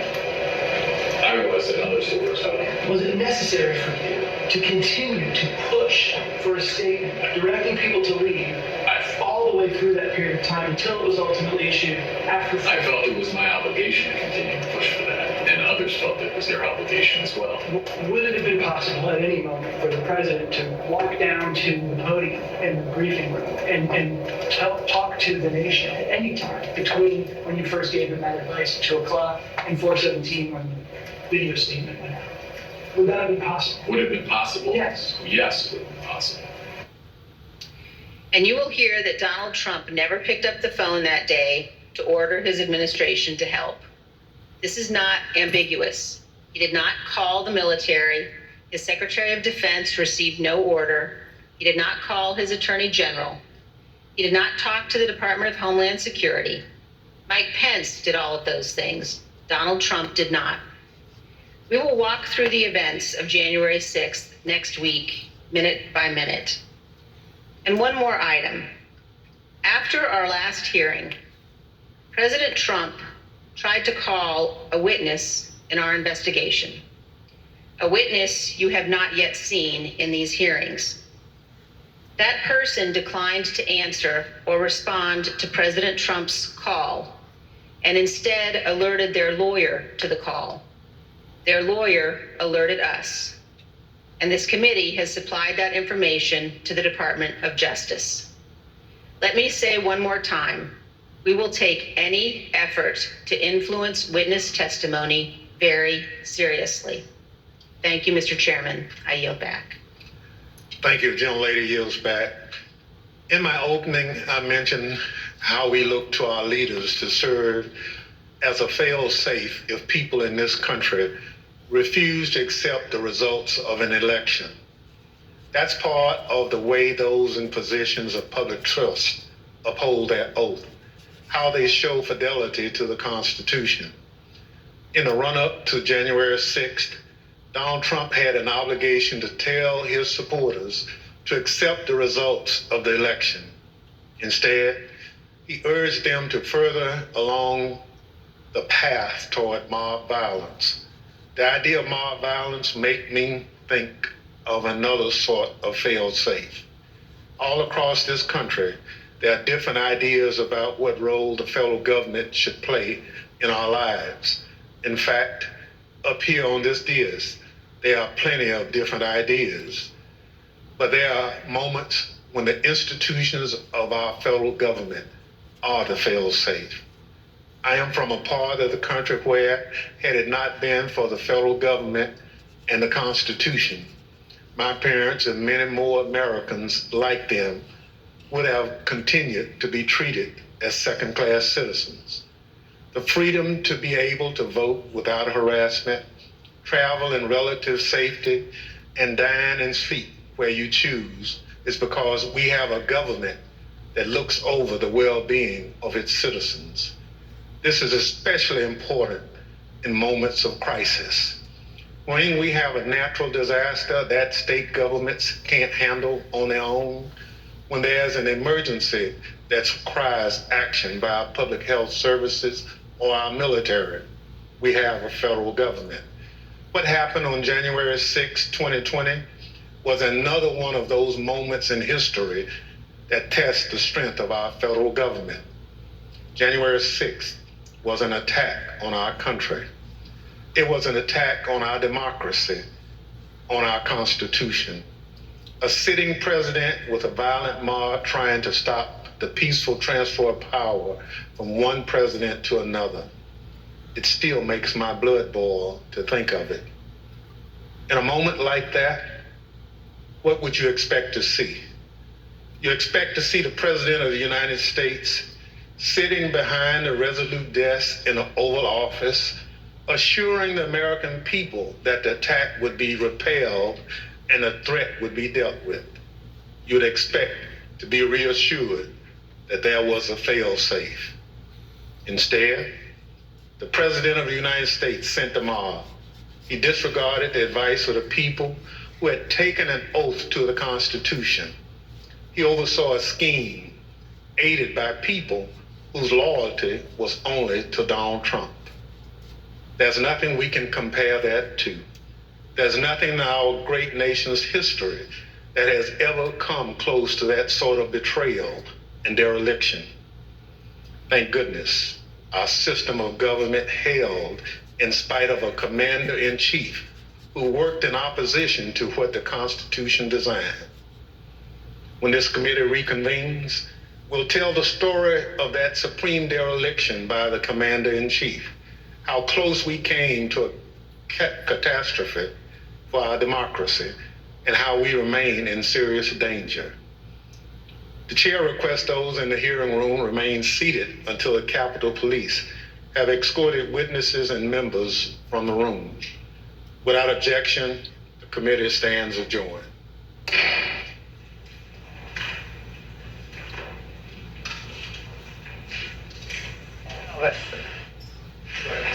Hi there, everyone. It's 4 o'clock in New York. Just wrapping up here, arguably the most dramatic public hearing of the January 6th Select Committee. It was jaw-dropping until the very last moment. Some big news, a bombshell there dropped by Congresswoman Liz Cheney at the end. But most of the hearing drilled down on what the members of the Select Committee have for months now been describing as the evidence they've garnered to describe the marshaling of the mob. When they say that, they mean the efforts by the twice impeached ex-president, that would be Donald Trump, and his allies to assemble the army of insurrectionists that would ultimately storm the United States Capitol on January 6th. The committee today laid out that mountain of evidence showing that Donald Trump knew perfectly well he had lost the election, and yet he turned to those who told him what he wanted to hear. He forum shopped until the very last moment. At one point, he agreed to name conspiracy theorist Sidney Powell as a special counsel to investigate her audacious claims of voter fraud. It was at a December 18th meeting that became the focus of much of today's hearing. White House aide Cassidy Hutchinson, who we heard from in the last public hearing, described that meeting as unhinged in a text. The committee delved deep into the right-wing fever swamp that ensued at Trump's incitement. The committee laid out all of the various ways that Team Trump was in tacit cooperation, not just day to day, but hour to hour, with the domestic violent extremists and white supremacists responsible for carrying out the violence on January 6th. And as we mentioned right at the top, at the very end of the hearing, Liz Cheney, with her bombshell, it's becoming a pattern for her. She revealed that Donald Trump called one of the witnesses. It happens to be a witness that she says we, the public, the viewing public, has not heard from yet.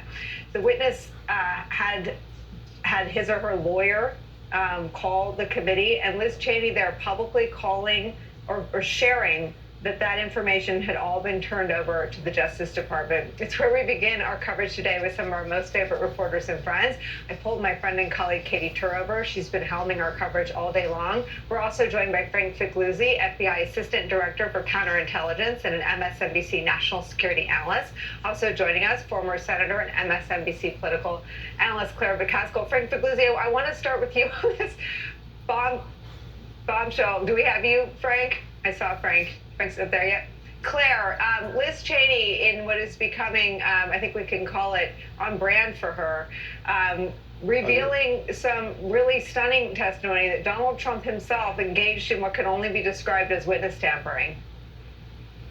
Yeah, I am struck right at this moment, Nicole, with a stark realization, and that is everything we've heard in these committee hearings stands for the proposition that so far our rule of law has failed because this man is continuing to use a seditious lie to try to hold on to power in this country, is illegally pressuring witnesses to not give testimony to one of the branches of government that has a sacred obligation to protect the Constitution. I mean, if you think about it, we have candidates all over the country proudly campaigning on this seditious lie. It is time. I feel very strongly that there is a mountain of evidence now about this man's state of mind and exactly what went down, and that when he couldn't do it legally, he said, screw the law. I don't care about the law. I want to hold on to power. And that is a crime. Well, so much there to unpack in your one response, Claire, but I think in some ways the quietest witness was the most tragic one. It was Mr. Ayers. He was one such radicalized Trump supporter. He described himself as a family man and a working man. He said everything about his life has changed. In an eerie way, there was an echo to a life being blown up based on a lie to some of the earlier witnesses. And I want to bring you in, Frank Figliuzzi, on something we talk about all the time, the radicalization of Donald Trump's own base of supporters as casualties. He doesn't care about any of them. He doesn't care about Mr. Ayers' life being blown up. He doesn't care about the Oath Keepers, and I don't care about them personally, but all the legal problems they all have now are as a result of their adherence and belief in his lies. Two witnesses so crucial to the counter-radicalization process, Nicole, that yes, we've talked about before. People watching Oath Keepers, Proud Boys, people who will at least sympathize, empathize with them, needed to hear today from people who've been there and done that. They needed to hear somebody say, I no longer buy into the big lie. I understand court after court after court rejected the big lie, the notion that there was fraud systemically that would have changed the election. And then Mr. Van Totenhove, who said, I fear for the next election cycle, because if Trump runs again, we have a president who can whip up a civil war. He talked about America being exceedingly lucky that there hasn't been more violence. He said, I have kids, I have a grandkid. He gets it, he's been there. Stuart Rhodes, Oath Keepers leader, had actually asked him to create a deck of playing cards like the US military used to feature targeted international terrorists. And he wanted to put Hillary Clinton on one of those playing cards. We needed to hear that today, and we also all needed to hear, as we've heard about the dots being connected, we needed to see that those dotted lines become more solid lines between Trump and illegality, right? Rejecting the legal for the illegal, rejecting the rule of law for the rule of Trump. What's the rule of Trump? Get it done by any means necessary. If I don't hear what I want from official people and sources, I'll go unofficial. If that doesn't work, I'll go appeal to the public masses, and you're right. I don't care about those public masses. Well, Frank, to your point about illegality, Pat Cipollone was worth the wait. He seems to have corroborated all of the evidence that we heard him respond to, that Cassidy Hutchinson had testified to in her public hearing as well as in her depositions. But he also painted a very clear picture, and there was a lot of talk about how robust his testimony would be. But when he describes basically an off-book set of presidential advisors who he didn't even know. I worked in the White House. To not know how someone gets in as the White House counsel is inexplicable to me. You have to be waived in. There's a waives office. You have to have a social security number. That the White House counsel had no idea how the Overstock guy, who we didn't even recognize, and Sidney Powell got into the Oval Office is a stunning piece of color at how off the books of government employees Donald Trump was turning to run a coup against his own government. I personally believe what it proves, to voice my opinion on these matters, it proves the urgency of a group of people that obviously was asleep at the wheel, did not know that our government pertaining to various issues was in this type of substantial trouble that had been leading up until January the 6th. And because it was, I'm going to use the word culture shocking to various people that realized how much money that we was in debt and what was going on with this and what had failed in this area and what had failed in that area, that suddenly even their emotions had become hyped up because of Donald Trump.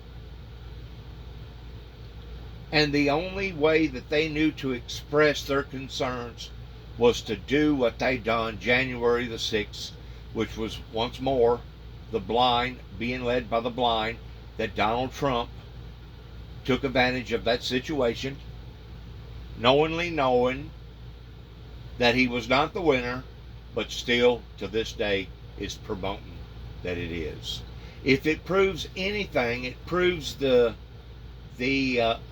emotional sincerity in how many people are now concerned about where our country has went, is going, and possibly will go in the next future for our children and our children's children.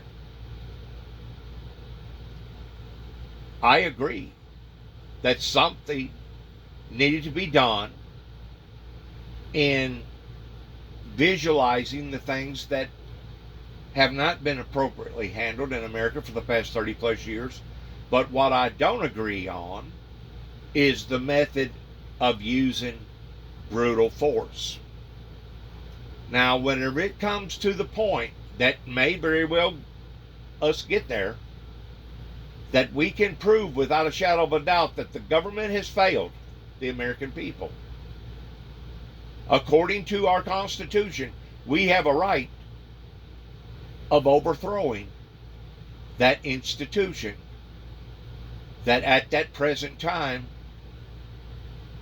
had showed itself to be inadequate for the people's needs. To me, it's kind of like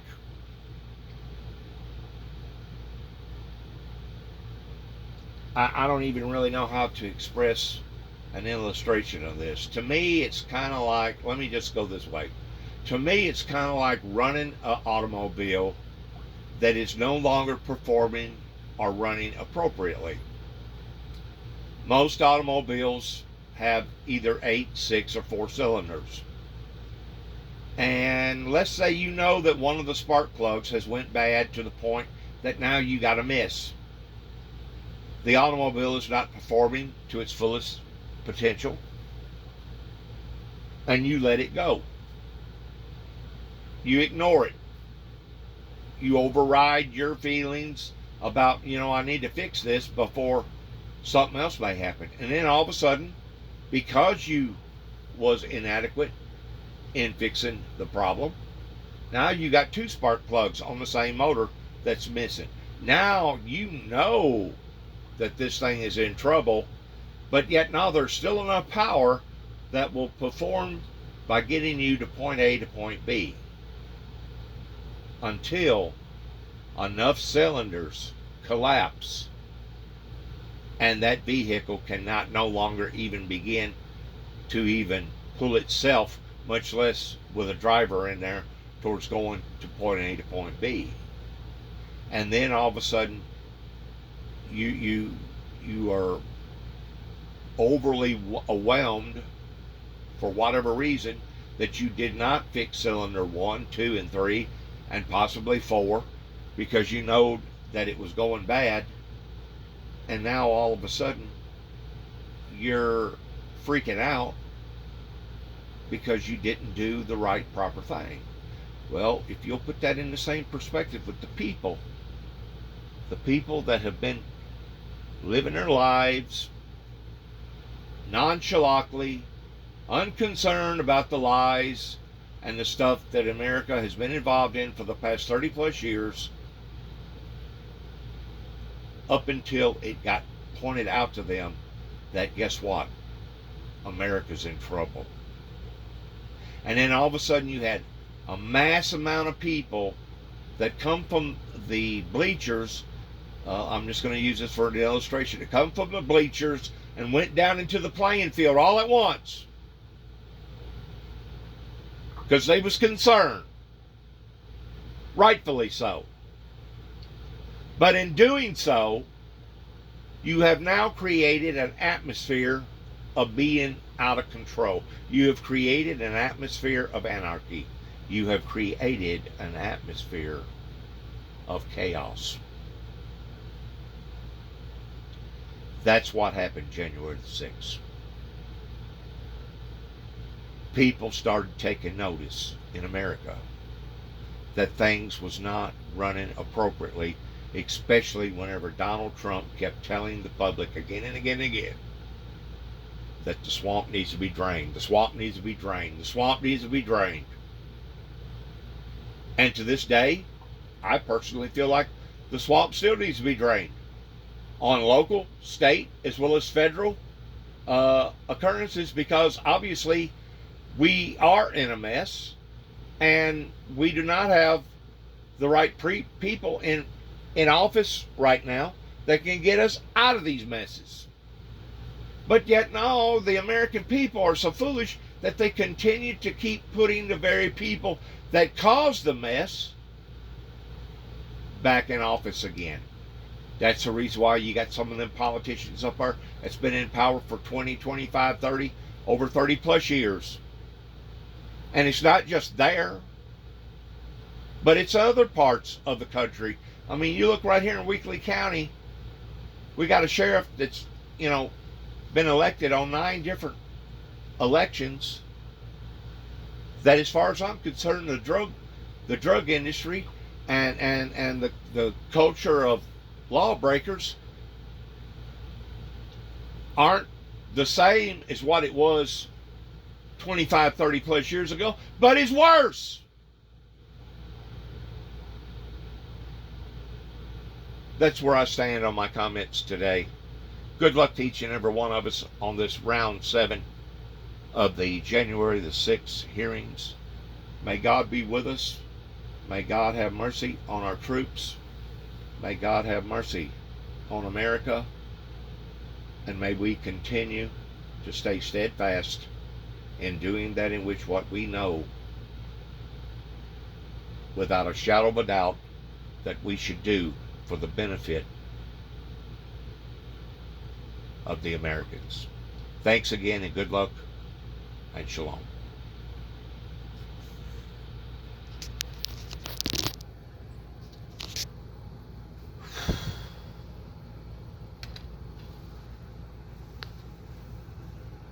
Because they're still checking the roster, the record. Are all my clearances passed before I can get into the Situation Room? And we don't know how these people are traipsing in and out. And then we learned today that apparently Trump magically waved a wand and gave a clearance to Sidney Powell and then appointed her maybe to some kind of special counsel position. I mean, it is absolute lunacy. If that's how people want their government run, then keep doing that, and you'll get that again, but you'll get more violence, you'll lose the rule of law, you'll lose our democracy, and ultimately that's what Trump chose to do. He chose to do whatever was necessary to regain power, maintain power, but not to preserve the American way. Okay, Frank and Claire aren't going anywhere. I want to bring into the conversation NBC News legal analyst Neil Katyal. He's, of course, the former acting solicitor general. We have tons of questions for you about Frank's talking about illegality. But first, Katie, you helmed all the hours in here in the studio. I had on sneakers and sweatpants.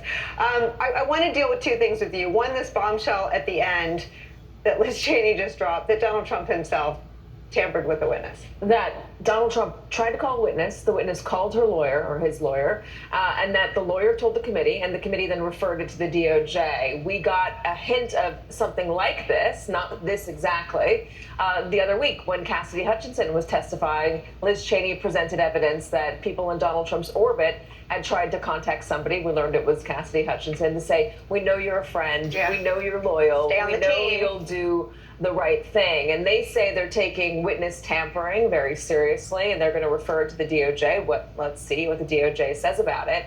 But this should not come as a surprise, because we've been watching the Donald Trump show now for 7 years, and we've heard this happen before with Michael Cohen specifically, when he was, going against Donald Trump. He said he got pressured from that world. And I mean, listen, I think it's a lot to hear from all of these aides to the former president, Pat Cipollone, his White House lawyer, come out and tell the truth under oath about what was happening at the time. Yeah. You got to imagine that Donald Trump and the people around him right now, also a lot of those folks like Jason Miller, all the ones who already have testified, are saying we got to limit the damage. Well, I also want to ask you about the meeting, because that made up really sort of the whole build of the first part of today was to this mash, basically, of the crazy December 18th meeting. But I want to get your thoughts on Pat Cipollone.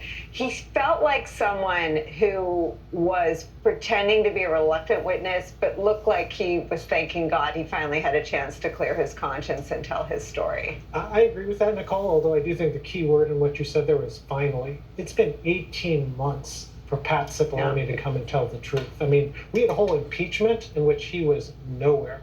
So when he defended Trump in the first impeachment. Exactly. But then the second one, when none of this story came out. And so, I commend him. It's really great. The last thing he should get is a Presidential Medal of Freedom, is what suggested, or something. That was for Pence. Oh, that was for Pence. That was him. That's his nomination, Yeah, I mean, maybe by these bottom feeder standards, I guess all these people get medals or something like that. But, it's good that he's come forward. And what Cipollone really painted was a crazy White House. I mean, what you were saying before about waves is 100% right. The White House counsel has to know everyone who comes in, how they come in. The idea that you have this, motley crew, Star Wars bar scene of people on December 18th, from Michael Flynn to Sidney Powell, all there in advising the President of the United States. By the way, Sidney Powell gets in the diss of the whole hearings when she says Pat Cipollone ran faster than the sound of light or something. I want to delve into the testimony now. I know you've all been watching, but let's go through some of it with all of our experts. This is SOT 1. This is Powell and Cipollone describing this unhinged, Neil Katyal's words, Star Wars bar meeting at the White House. Did you believe that it was going to work, that you were going to be able to get to see the president without an appointment? I had no idea. In fact, you did get to see the president without an appointment. We did. How much time did you have alone with the president? I say alone, you had other people with you, but from his aides before the crowd came running? Probably no more than 10 or 15 minutes. Was in that... I bet Pat Cipollone set a new land speed record. I opened the door and I walked in. I saw General Flynn. I saw Sidney Powell sitting there. I was not happy to see the people in the Oval Office. Well, yeah, I don't think they were providing. Well, first of all, the overstock person, I've never knew who this guy was. Actually, the first thing I did, I walked in, I looked at him, and I said, "Who are you?" And he told me. I don't think any of these people were providing the president with good advice, and so I didn't understand how they had gotten in. There it was. Still stunning. You're watching it play back and having processed it. Talk about what this means, though, in terms of potential criminality, not just for the president, we'll get to that, but for all the people involved in the coup plot. I mean, it's looking very bad for all of them, but let me actually start with the president, because it follows directly from that quote that we just saw, because what it shows is that Sidney Powell, the president, orchestrated to name her special counsel. The idea that she's special counsel to anyone is frightening, but particularly to the United States government. And one of the questions in the case has always been, did Trump try and use his powers in some way to interfere with the election? The idea that he was putting Sidney Powell, someone who said all sorts of crazy stuff, in is a direct attempt to interfere with the outcome of the presidential election. It's his fingerprints, not someone else. Sidney Powell said she wasn't sure whether she was actually appointed or not, but it sounds like she thought she was. I mean, if you don't know whether you're appointed or not as special counsel, you're probably not a very good special counsel. But the fact is, it looks like Trump made those efforts. That was all part of this plot to, as you say, a coup against his own government. Frank, I want to ask you about the significance in terms of what this committee and its investigators, who we should always point out, are from their former U.S. attorneys or former AUSAs. This is what they do. But in terms of the evidence, my jaw dropped when they said, we're going to tell you about this meeting. We talked to 6 people who were in it. I think there were only 8 in it. What do you do with that evidence over at DOJ? This is a great question. You heard Claire say that there's now a mountain of evidence pointing to the president, and I totally agree with that. But I think Claire would also agree, because she's a former prosecutor, with the understanding that prosecutors must show evidence of a crime beyond a reasonable doubt. So it's quite clear that this mountain of evidence absolutely predicates the opening of an investigation with Donald J. Trump's name in the title of it. That is my absolute opinion, that we have clearly enough for DOJ to open that investigation and clearly put the former president's name in the subject line. That I've got. Now, with regard to the dotted lines becoming solid lines that point to the president in a way that is beyond a reasonable doubt, or at least would convince a grand jury to indict, we still have to look at this notion that the president will likely say, I thought there was fraud. I didn't buy into all the official people, and now there's a litany of them, right, who told me, from the Attorney General of the United States to the White House counsel, who said, it's not there, it's not there, it's not there. And I chose to go with basically a bunch of people who are crazed and pursue that. But there's a mountain of evidence, as Claire says, that he chose that deliberately. He knew he was doing wrong. And in fact, he jettisoned even crazy lawyers and went to a public appeal. And that's where it gets really interesting. What did we hear today? 2 calls with Steve Bannon on January 5th. After the first call, Steve Bannon goes public and describes the call and says, what? All hell's going to break loose tomorrow. That's a great piece of evidence, but it's got to get us to a case, and then to a grand jury, and then to a conviction. It's a challenge, but they need to take that challenge on for the sake of democracy. Well, and Claire, Liz Cheney started the day making that challenge. Okay, the point that they're making is a valid point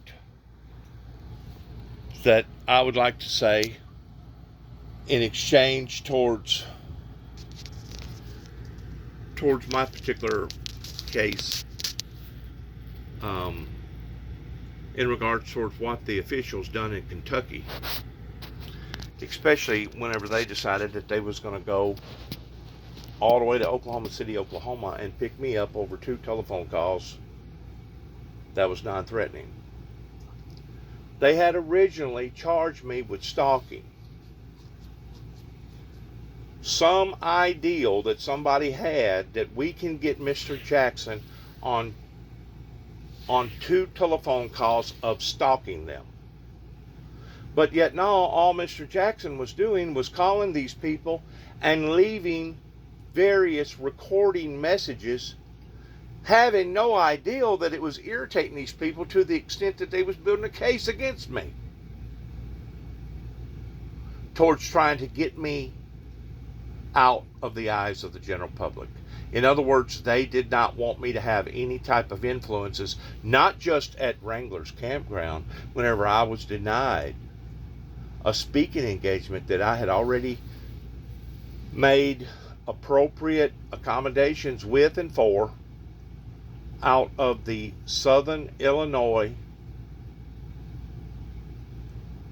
Campground Ministry that was in charge of not just Wrangler's Campground, but all of LBL, that they didn't just want to stop me there, but they wanted to stop me indefinitely, because by this time they had already realized what type of mission that I was on.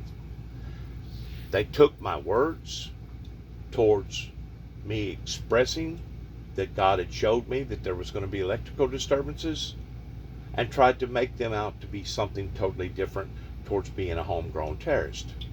Just like what went on up here in Martin, Tennessee, by using the word explosion, just like I have heard various senators or congressmen today talk about the same word, but paraphrasing it in a way towards a big event or something humongous that was either occurring or that was going to occur.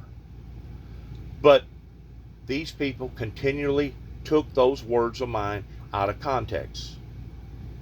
Even to the point that on the original plea agreement, after me understanding and realizing that these people was not going to reason in a reasonable way towards taking me to LaGrange, Kentucky and poisoning me, long about the 9th or 10th month, was whenever Tanya Flemings worked out a pre-deal of time served dropping the charges from stalking and redacting them down to basically, I guess, I really don't know, according to the paperwork to this day, rather not whenever they redacted it down like that, that if it was still based around harassment or still based around interfering with an official's duties up in LBL. To this day, I mean, whenever you redact something, you still have to give interest towards, okay, if you redacted it to the point that you're not charging him for stalking, then just exactly why did Mr. Jackson spend almost a year in jail in Kentucky after them going to Oklahoma City, Oklahoma, and grabbing him up and bringing him back? And to this day, I still do not have a valid reason other than a group of people that was playing against the rules, that basically, as Tanya Flemings had originally talked about, towards double jeopardy, that the fact of the matter is now they wanted to take me out of circulation indefinitely because their first two attempts in trying to prove that I was basically unworthy to be out in the eyes of the general public, that this was the third attempt to do so. But to even top it off was the fact that the Weakley County judicial system did not do their proper analogy in understanding, well, how can we get Mr. Jackson of being a multiple offender towards stalking if the original charges up in Kentucky had been redacted? So basically, they bamboozled me. They persuaded me because of lack of good representation with the attorney that David and I had hired at that time, Bruce Brown. I don't even know if he's still practicing law. I'm pretty sure he ain't practicing law around here. But then again, he may be. I don't know. But they basically took something in the image of something and convinced me that if I didn't plead guilty, that I was going to basically hang on and hang on and hang on for not just days, not just weeks, but months in the Weakley County court system that was going to ultimately be the same type of persecution that I had received up in Kentucky, and that until I pleaded guilty to that charge, I was going to remain incarcerated by the Weakley County authorities. Now, if that's not illegal,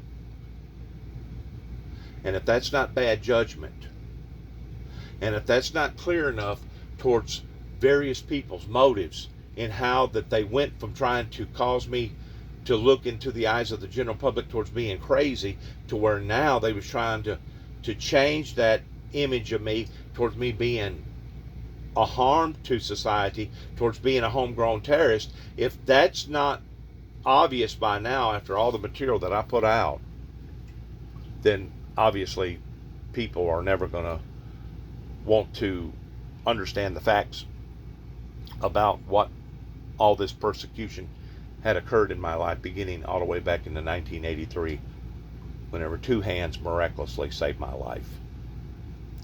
Whenever you're dealing with a society that has been subjected to hypnotic spiritual persuasion, whenever you're dealing with a society that's basically been like letting a genie out of the bottle towards being bewitched, then you're dealing with a society, I believe, to where God no longer puts favor in towards our favor, and that's whenever he puts our great nation and basically the planet under condemnation pertaining to judgment.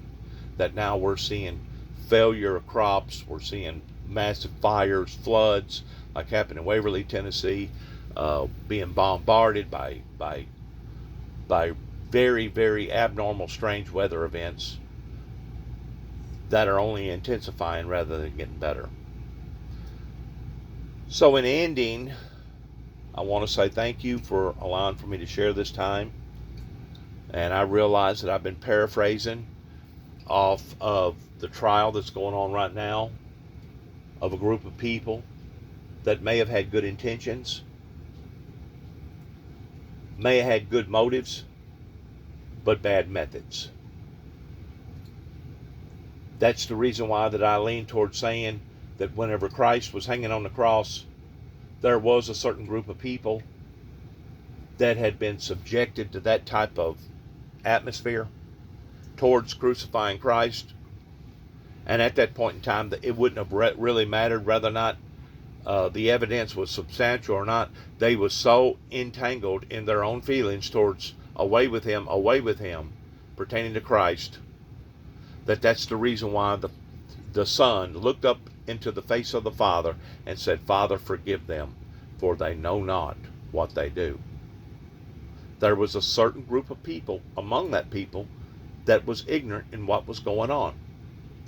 But at the same time, you must realize that there was a certain group of people that knew exactly what was going on and why it was going on towards away with him, because they was not going to have this individual persuading others towards not only who he was, but the methods and the teachings that Jesus Christ had laid out for his personal disciples to live by and go by.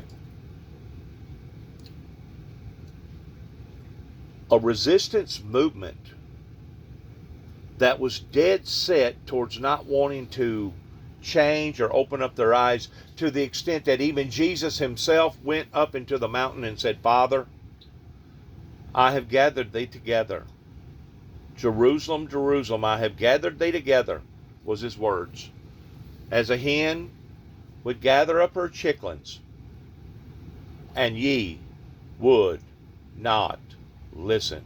If you'll study the history towards what went on after the death and the crucifixion of Christ and the resurrection, Israel and that whole region went through a period of time that had to be one of the most harshest, endless, gruesome, grotesque, bloody, violent times of their existence.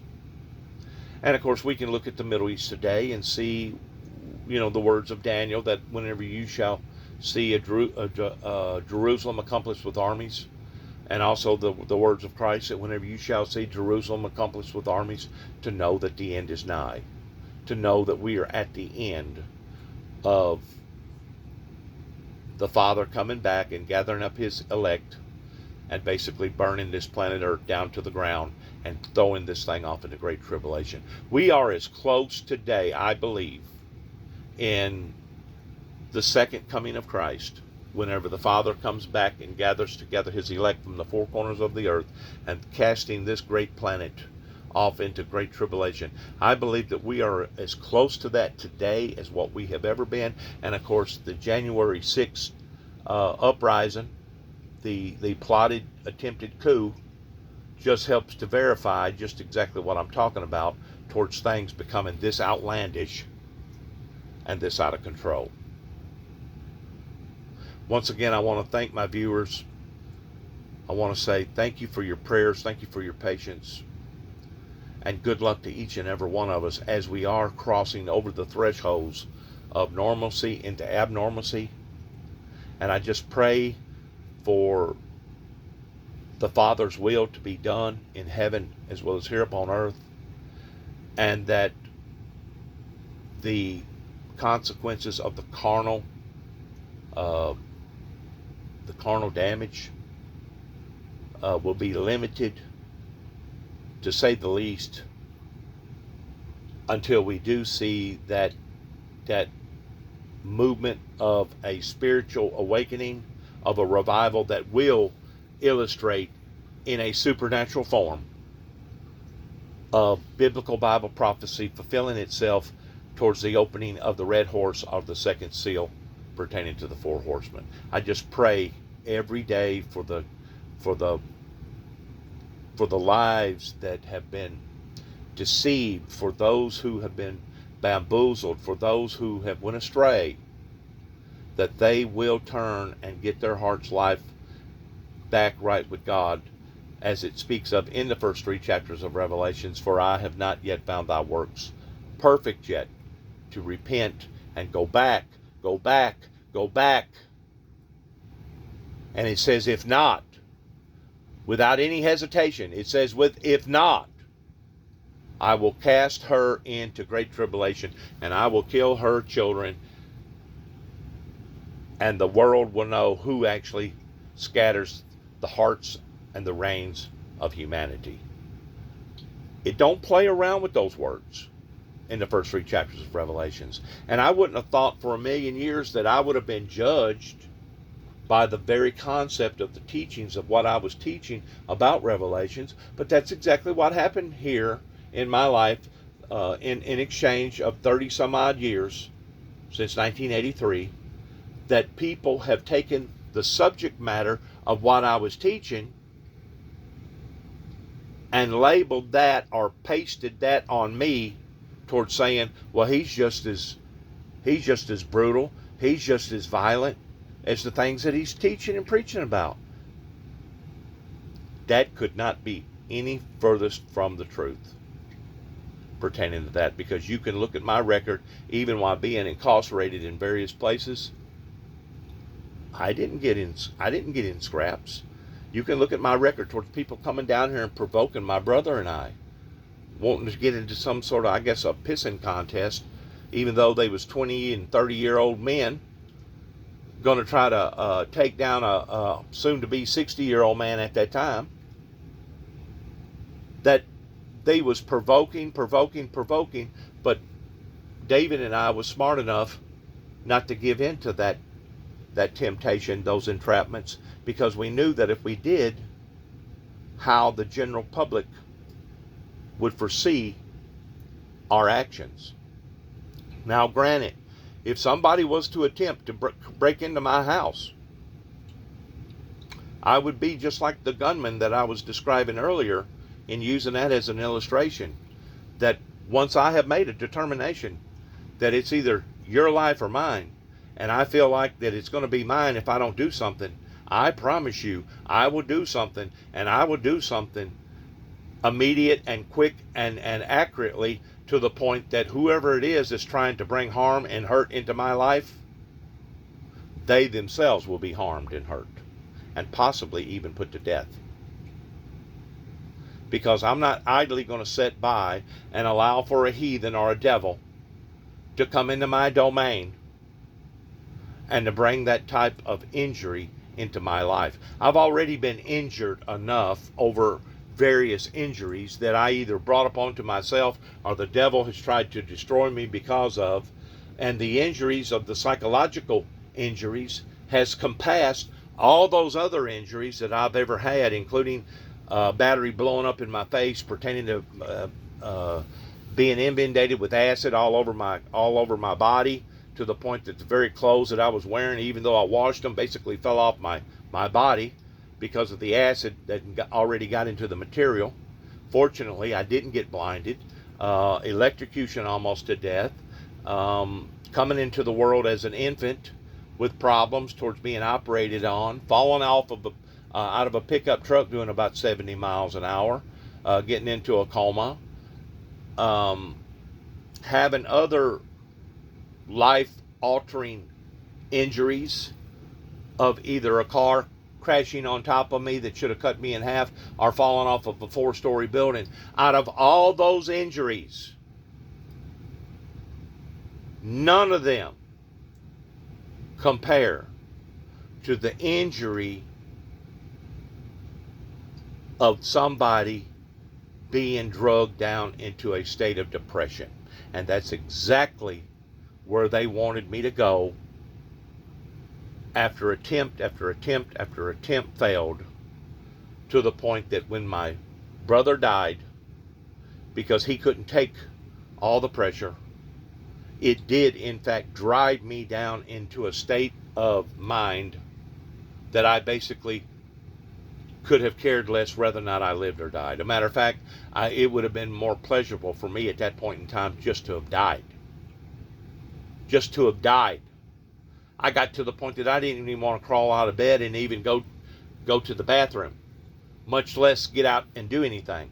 I am very, very fortunate that during COVID that I was strong enough that I still maintained my own personal needs, and I still maintained the needs of having a home and a yard and a house, or whatever you want to call it. I don't necessarily have a house. I live in a pole barn, or I live in an RV underneath a pole barn.